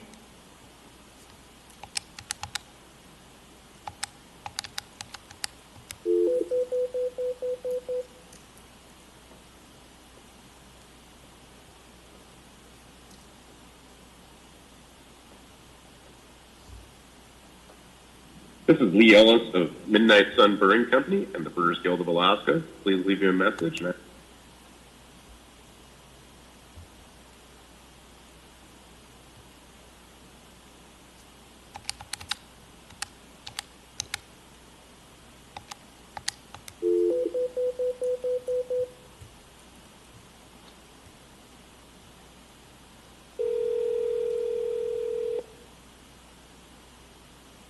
Hello, Leah speaking. Hi, Leah. This is the Planning and Zoning Commission calling for your public testimony on case 2020-0097. Hi. Hi. Are you calling as a representative of a group or an individual? Individual. Okay, you'll have 3 minutes to provide your testimony. If you could state your name for the record, you may begin. My name is Leah Ellis, and I live on Gunnysack Mine Road. Okay, go ahead. And if that's Lee in the background, we can. It is, yeah. He was saying like his call didn't go through. Yeah, but we can start with his testimony after yours and then restart his time. Okay, that sounds good. You can do yours after mine. Go ahead, Lee. Okay, so thank you for this opportunity to speak tonight. I support and agree with the letter of objection written by the Girdwood Board of Supervisors. And The comments by Melissa LaRose. I'm opposed to the current design for the development of more than the allowed 5 units on this lot. The lot is zoned GR1, which does include multifamily housing. However, the original intent of this classification within the Girdwood area plan for these lots along Alyeska Highway is that they have, quote, direct access provided from each fronting lot onto Alyeska Highway. So in accordance with that intent, I would have had no problem with the proposed number of units if the driveway were on Alyeska Highway. I realize that's not the case. So as the design is now, with the driveway on Sproat Road, I believe that this violates condition 5, that the proposed use will not alter the character of the surrounding area. Because right across the street along the rest of Sproat Road is GR2 and its single-family homes. The entire Mine Road neighborhood consists solely of single-family homes. Some have mother-in-law apartments or maybe an accessory dwelling unit, but there are no multifamily condos in this neighborhood at all. Just beyond the Mine Road neighborhood, there is a condo unit, but their driveway exits onto Alyeska Highway. So this, and then additionally, this case document addresses several times that the Girdwood community is lacking in housing for seasonal and permanent residents, which is very true. Yet the developers have not listened to our community's request to introduce a covenant that would limit short-term rentals in these properties. In fact, they've stated several times that the community might implement, or that they might implement a 2 or 3 night minimum, which the Girdwood area plan, again, it states, it addresses community-based multifamily housing, and what it says, quote, is that this type of housing is intended to be affordable and to be available for both seasonal and full-time residents of this community.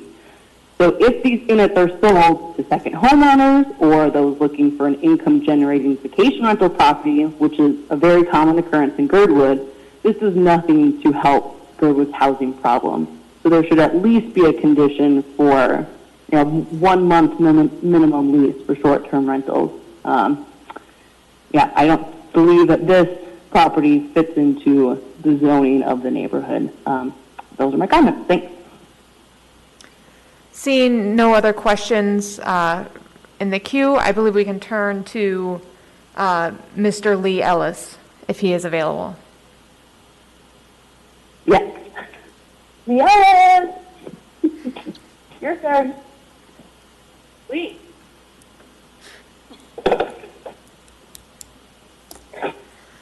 Your turn.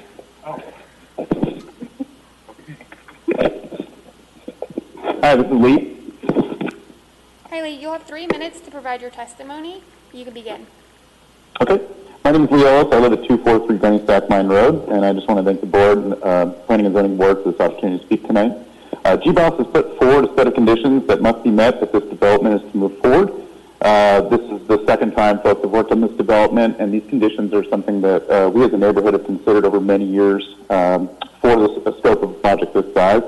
I do want the board to bear in mind that this project is more than 3 times the size of any building within 1 mile of this unit, this projected area. None of the streets in the neighborhood are designed to handle the traffic load of high-density housing. Even though that they are rated as a collector street, none of them are built to that standard. In fact, they're pretty narrow and wind down to about 1.5 lanes in the wintertime. In terms of surface quality, width, and drainage, there are many different issues in the neighborhood. Furthermore, the neighborhood is heavily treed and is not serviced with fire hydrants. There's a cistern on Sproat across the street from the proposed property that's actually 15,000, not 20,000 gallons. And even with that resource, the ability of Girdwood Fire Department to fight fires in our neighborhood is very limited. Therefore, I request the Planning and Zoning Board to include the conditions put forth by GBOS for the following reasons. Attaching a driveway to Gunny Stack would help reduce safety hazards. We try to get them to push to the highway, and obviously that's been a problem, so we understand that. And so we believe that hooking to Gunny Stack would help reduce a lot of concerns of the community about traffic on Sproat. The developer claims that the driveway or the Gunny Stack mine is too steep. However, the developer also acknowledged that most people who will be coming on and off the property out to the Alyeska Highway will be accessing Gunny Stack Mine Road. So it seems nonsensical to say that a road is too steep for people to drive on, and then to expect all the traffic to drive down that road. And at the bottom of that road, there's actually a crosswalk that is heavily used because it's a pathway that meets the bird guard trail. So we think that all those safety issues need to be addressed. Restricting the size of development will help better align the project with the character of the community. There's only one multi-unit housing unit in the neighborhood, and it's around 6,000 square feet and has 4 units. Capping the project at 6 units will help alleviate community concerns on traffic. CMJ's response to fire protection, the conditional use permit package is woefully incomplete. TFD has less than 30 minutes of full water capacity in our neighborhood. A structure fire on this property of this size would be near impossible for them to control. A sprinkler system would be critically important to the safety of our community. The water tank is 15,000 gallons. With the trucks that they have, that's about 27 minutes of firefighting capacity and only 13 minutes of firefighting capacity in the wintertime. The intent of this developer is to allow short-term rentals. We've asked them numerous times. It's probably been the number one thing we've asked them. Therefore, this property is most likely not going to be owned by Durwood residents, so it is not addressing our housing issues. In fact, most of our housing issues are developed from short-term rentals from VRBOs and things like that. Yeah, that's all I have to say. Thank you. Thank you. Seeing no questions in the queue, if we could turn to our next member of the public. Thank you.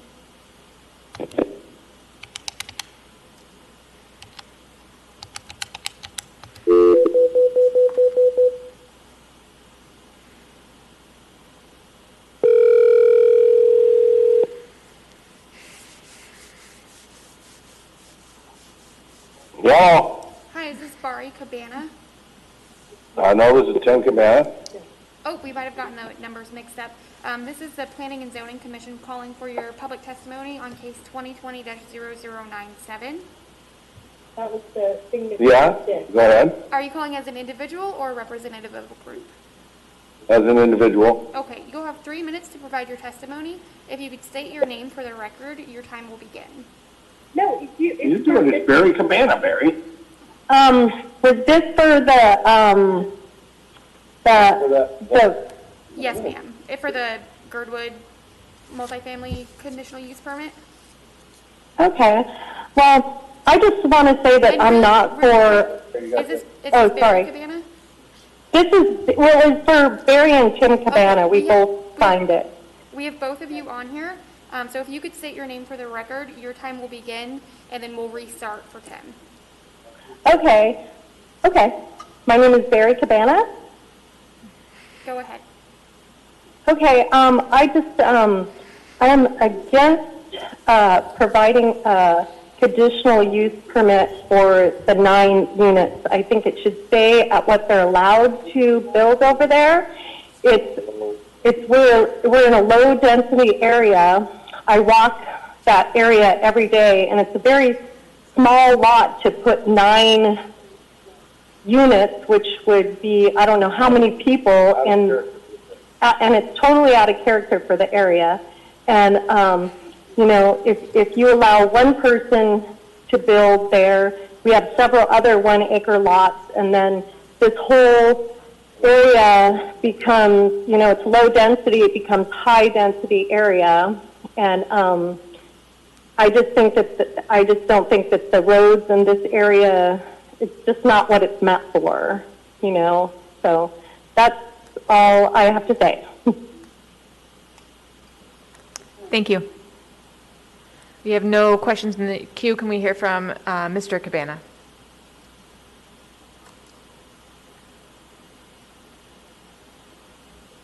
And Bari, I'm not sure if you were able to hear the chair. If Tim could start his testimony. Yeah. Okay, I'll hand the phone over to Tim. Okay, thank you. Hello? Hi, Tim. If you can state your name for the record, you'll have 3 minutes to provide your testimony. Yeah, Tim Cabana. I've lived in Girdwood for 35 years. I've lived on the mine roads since 1999. And I have property in the Upper Valley, and I actually developed some of the Upper Valley, several areas up there, and I still own property up there.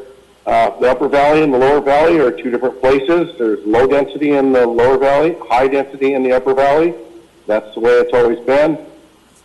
And that's the way it should stay. Everything down in the Lower Valley is this is a low density area here. This is why the people live down here, not up on the mountain. And once you okay one of those 1 acre lots on the LAS Highway, there must be 10 or 15 of them there. Once you okay one of them for high density, then what's to stop anyone else with a lot there with one house on it from redeveloping it into 9 more units there? It would completely change the area of Girdwood. It would completely change the whole setup in this entire valley. So it would just change things. And I fail to understand the reasoning for changing the zoning, so radically. There are plenty of high density multifamily in the Upper Valley, and that is the way the area plan and everything has been set up. So not sure why this should be allowed. Thank you. I don't have any questions in the queue. Can we hear from our last member of the public? Yep, thank you. Thank you.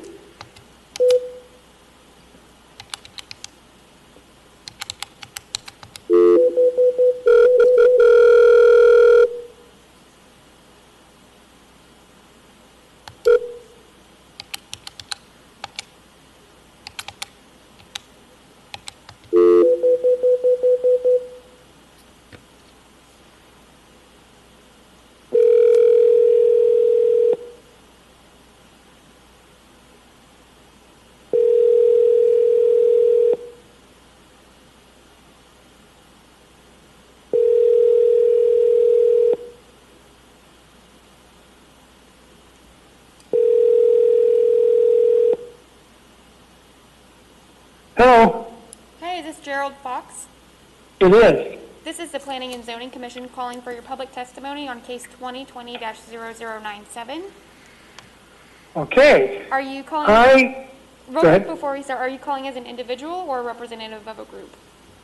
I am calling as an individual. Okay, you'll have 3 minutes to provide your testimony. If you could state your name for the record, you can begin. Okay, my name is Gerald Fox, and I wrote a comment that I don't know whether it got in the record or not, but I will restate it. I oppose the approval of the conditional use permit for the Powder Run multifamily development by MJ3 Development without a restriction prohibiting short-term rentals.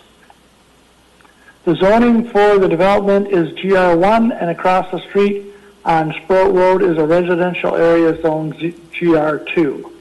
When the original zoning was created, it was thought that the area close to the Alaska Highway would be good for multifamily units because they would have access to the highway, not into the residential neighborhood. Since that time of the original zoning, the DOT has become reluctant to allow additional driveways from any properties to the highway.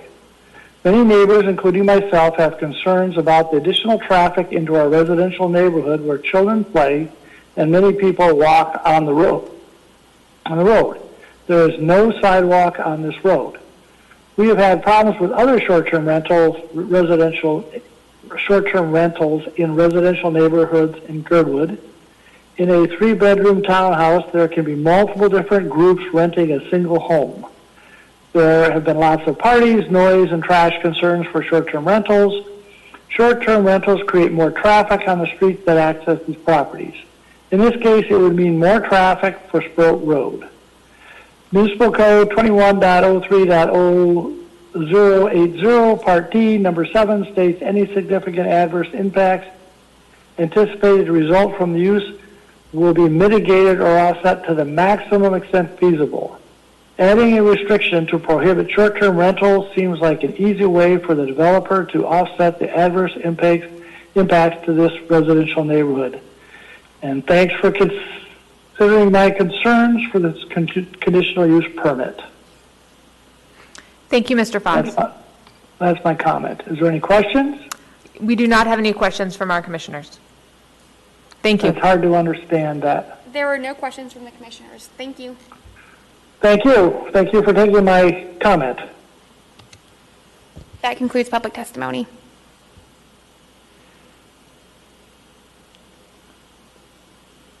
Turning back to our petitioner, you now have 2 minutes and 31 seconds remaining for rebuttal. Thank you.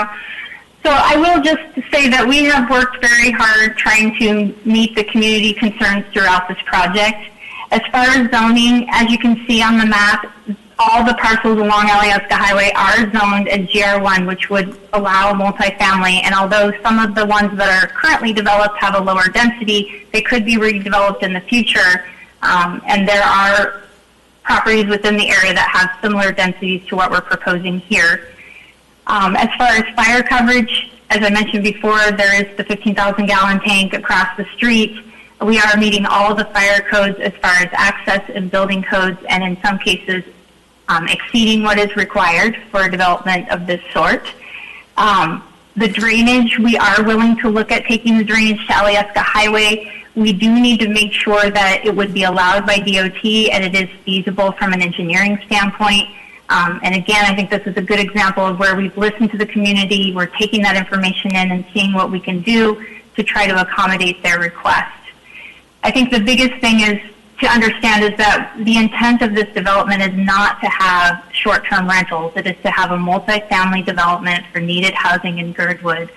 So we, of course, will look at what we can do through the covenants to address the concerns, but that is why we've had additional parking on site and some of the things that have come up with the concerns that might happen if these were bought and then turned into short-term rentals.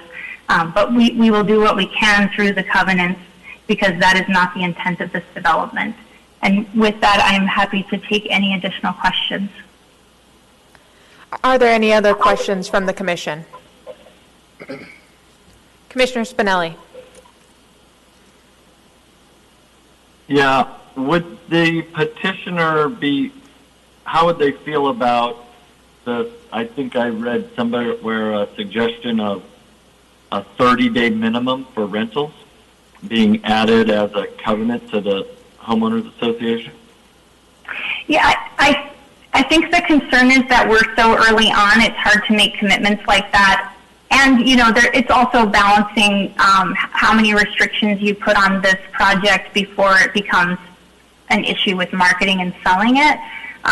But, you know, they are open at looking at putting some sort of restrictions. It's just difficult at this time to commit to something like that. Mr. Gale, you're in the queue. Thank you, Madam Chair. I just wanted to clarify for members of the commission, because there has been a lot of comments in regards to short-term rentals. I just want to clarify that short-term rental is not defined in Title 21, nor is it something that the planning department would impose on a property like this.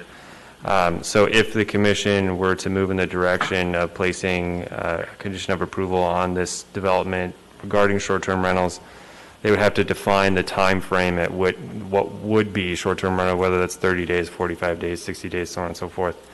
And they would also preferably tie that into some type of homeowners association that would oversee and enforce that, because short-term rentals would not be something that would be enforceable by the municipality, in my personal opinion. Any other questions from the commission?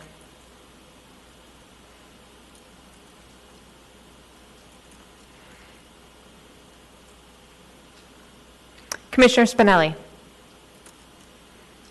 Yeah, this is for staff.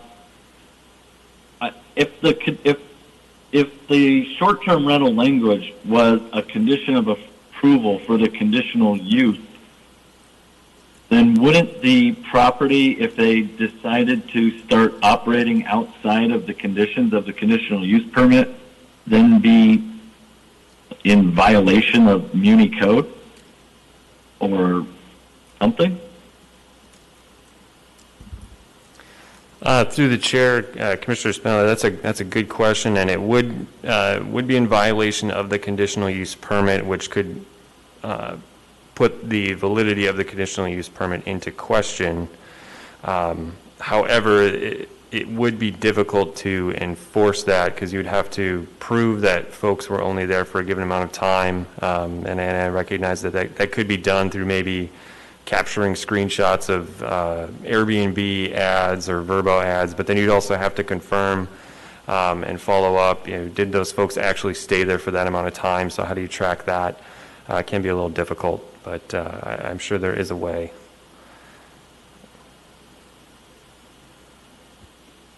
Commissioner Looney. Yes, I just really want to ask, it's probably an obvious question, but the gist of the number of dwelling units, but essentially it sounds like based on the GR1 zoning that's currently there, the property is allowed to have from 4 to 8 units per acre. So really, for this development, they could have anywhere from 6 to 12 units. And their proposal is really like average of those two. So it's like right down the middle. Am I reading that correctly? Through the chair, that's correct. Thank you. I'm going to go ahead and jump in the queue while there's a little bit of a break from questions. My question is for staff. We had a few members of the public comment on the GR1 zoning in Girdwood, and a lot of the comments kind of went to the effect that when GR1 was created, it was based on this outdated model. However, in my recollections of our approval of the 2040 land use plan, which included Girdwood, I don't believe there were any comments about updating the GR1 along Alyeska Highway to make it more of a GR2. Is that correct? Through the chair, I can't recall any exact discussion regarding the GR1, but I guess the best answer I could give to that would just be to point to the intent of the GR1 in Title 21, which does state the intent of this district is to continue the existing pattern of development as dwelling units are constructed on the remaining undeveloped lots and to permit development of hostels, inns, and multiple family housing.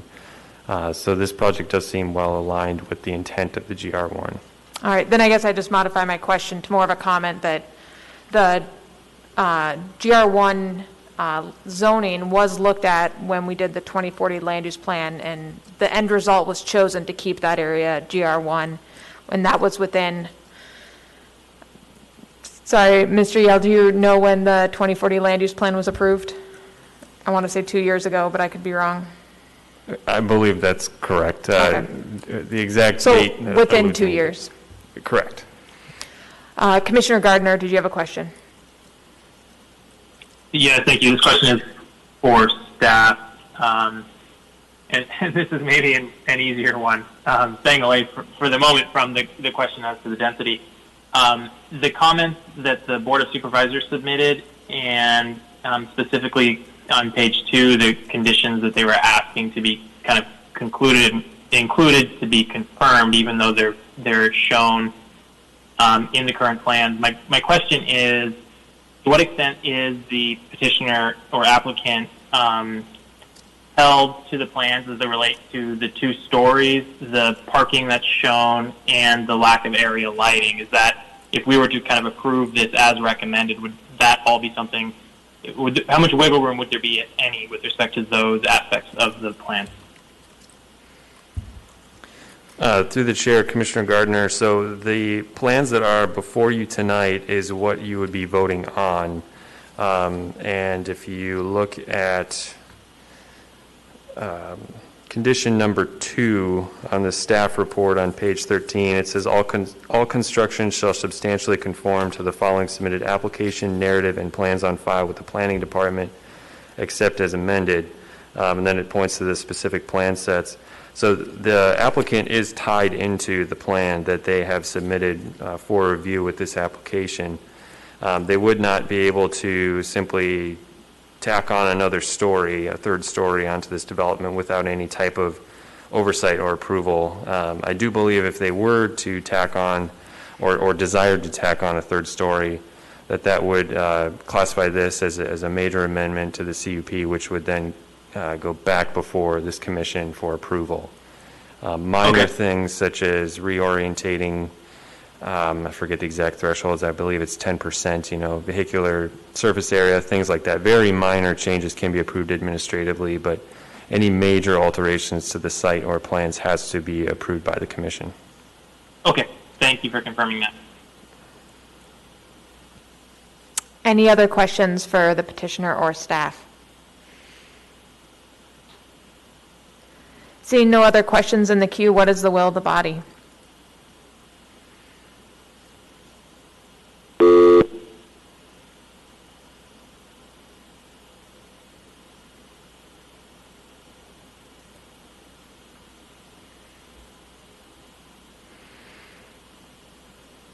Would any of the commissioners like to propose a motion at this time? I believe if you turn to page 13 and 14 of your packet, there are department recommendations. Commissioner Gardner.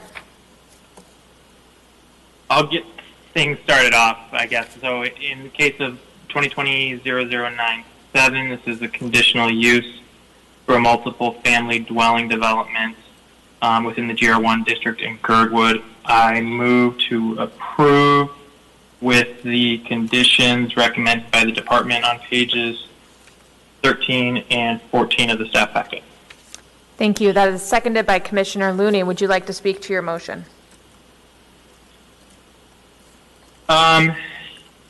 Yes.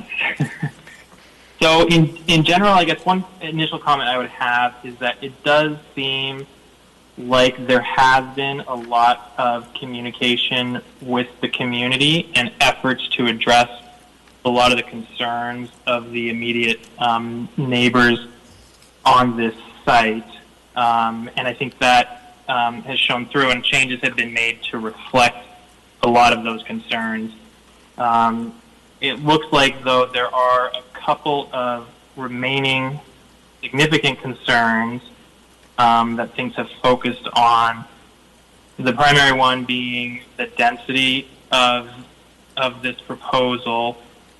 And I'm not 100% sure where I land on it yet. I think I am inclined at the moment to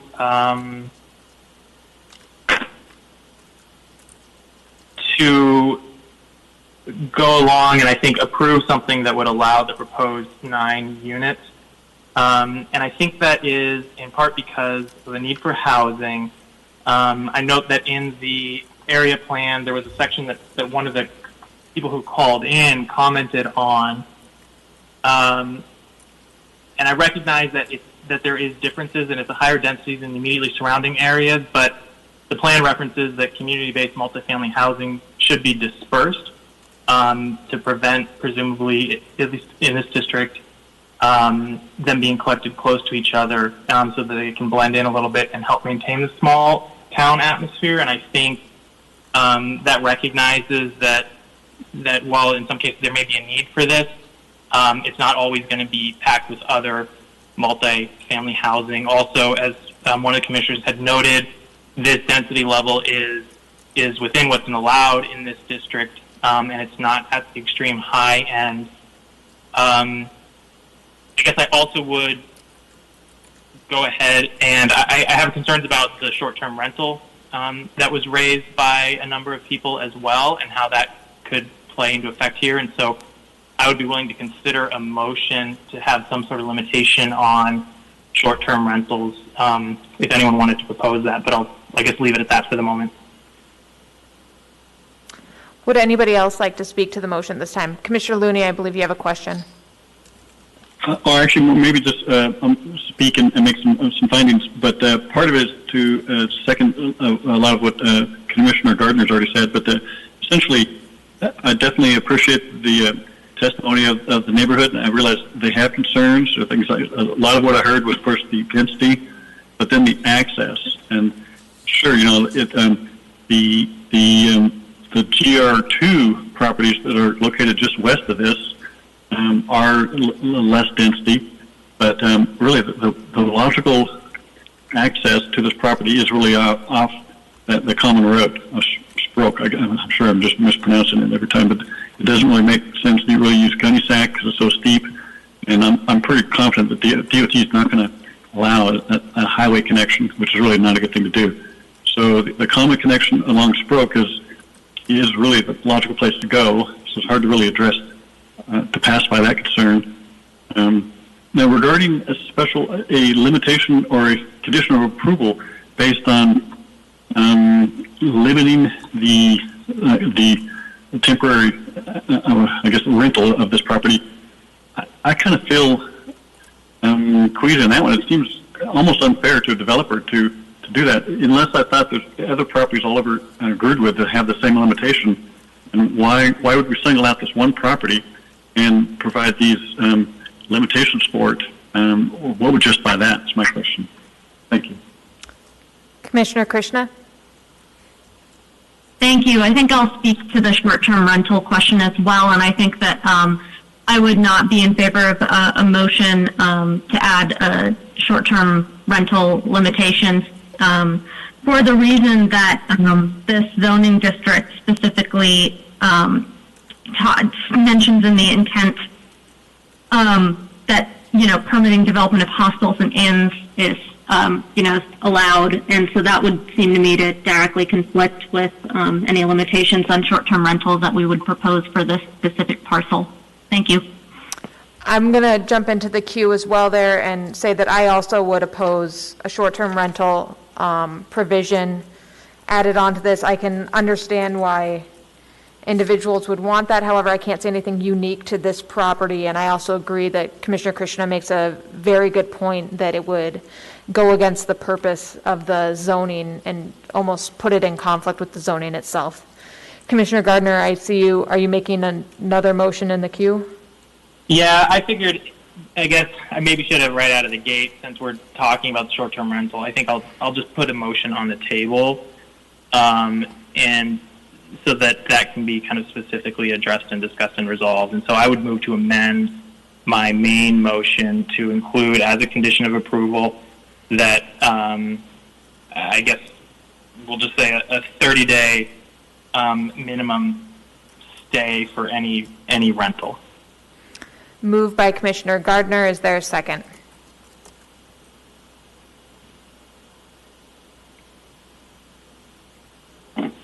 Seeing no second, that motion does not move forward.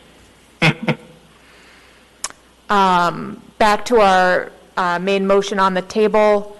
Are there any other comments, findings that people would like to make before moving for a vote? Specifically addressing AMC 21-03-080D, the approval criteria.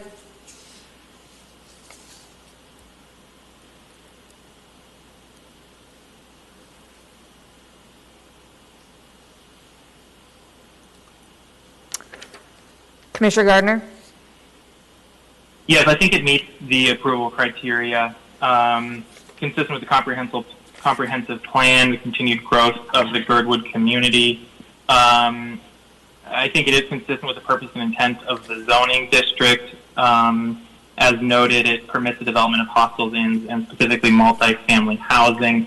I already spoke to where I think the kind of toughest aspects of the approval criteria, which relates to the compatibility with uses on adjacent property with respect to the density. I also would note that the specific issues identified in the Board of Supervisors letter of objection, there were some that they asked to be formally included as conditions of development that they had already spoken with and the developer had addressed, including the height limitations, the parking requirements, and light pollution. I understand that there's no need to include those three aspects as a condition because it's included in the plans that are already required as a condition to comply with. There's a question about the overflow drainage and whether it could connect to the Alaska Highway. I don't see a need to include that as a specific condition because it sounds like they are already working with the relevant agency to get that done, and it will depend a little bit on that discussion. There were concerns with respect to, as well, access to the Alaska Highway or to Gunnysack. We heard testimony that either was not permissible or didn't make sense given the limitations of Gunnysack, and I guess I'll leave it at that. I will chime in with a couple findings of my own. According to approval criteria, for that you must, any significant adverse impacts anticipated to result will be mitigated or offset. I'd like to note that the petitioner has in providing increased parking to make sure that that parking does not go onto those residential streets. Also, one aspect that was brought up by a member of the public was altering the character in the surrounding area in a manner which substantially limits, impairs, or prevents the use of surrounding properties for the permitted uses in the underlying zoning districts. While this may, any development or any new building will alter the character and how its neighborhood looks aesthetically, this is not going to substantially limit or impair the surrounding properties for them to be able to use their permitted uses. So I do feel it meets that approval criteria in that regard as well. Any other findings or comments before we move for a vote? Seeing no one in the record, call for vote. Commissioner Strike? Yes. Commissioner Spinelli? Yes. Commissioner Looney? Yes. Commissioner Gardner? Yes. Commissioner O'Quinn? Yes. Commissioner Krishna? Yes. Commissioner Winchester? Yes. And I also vote yes. That motion passes.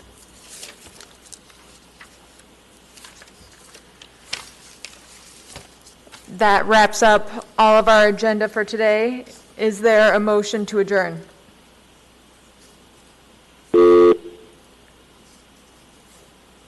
Moved by Commissioner Looney, seconded by Commissioner Winchester. Before we formally adjourn, I just want to thank all the commissioners again, bearing with me if I don't see you in the queue, for letting me know if we can't hear someone on the phone.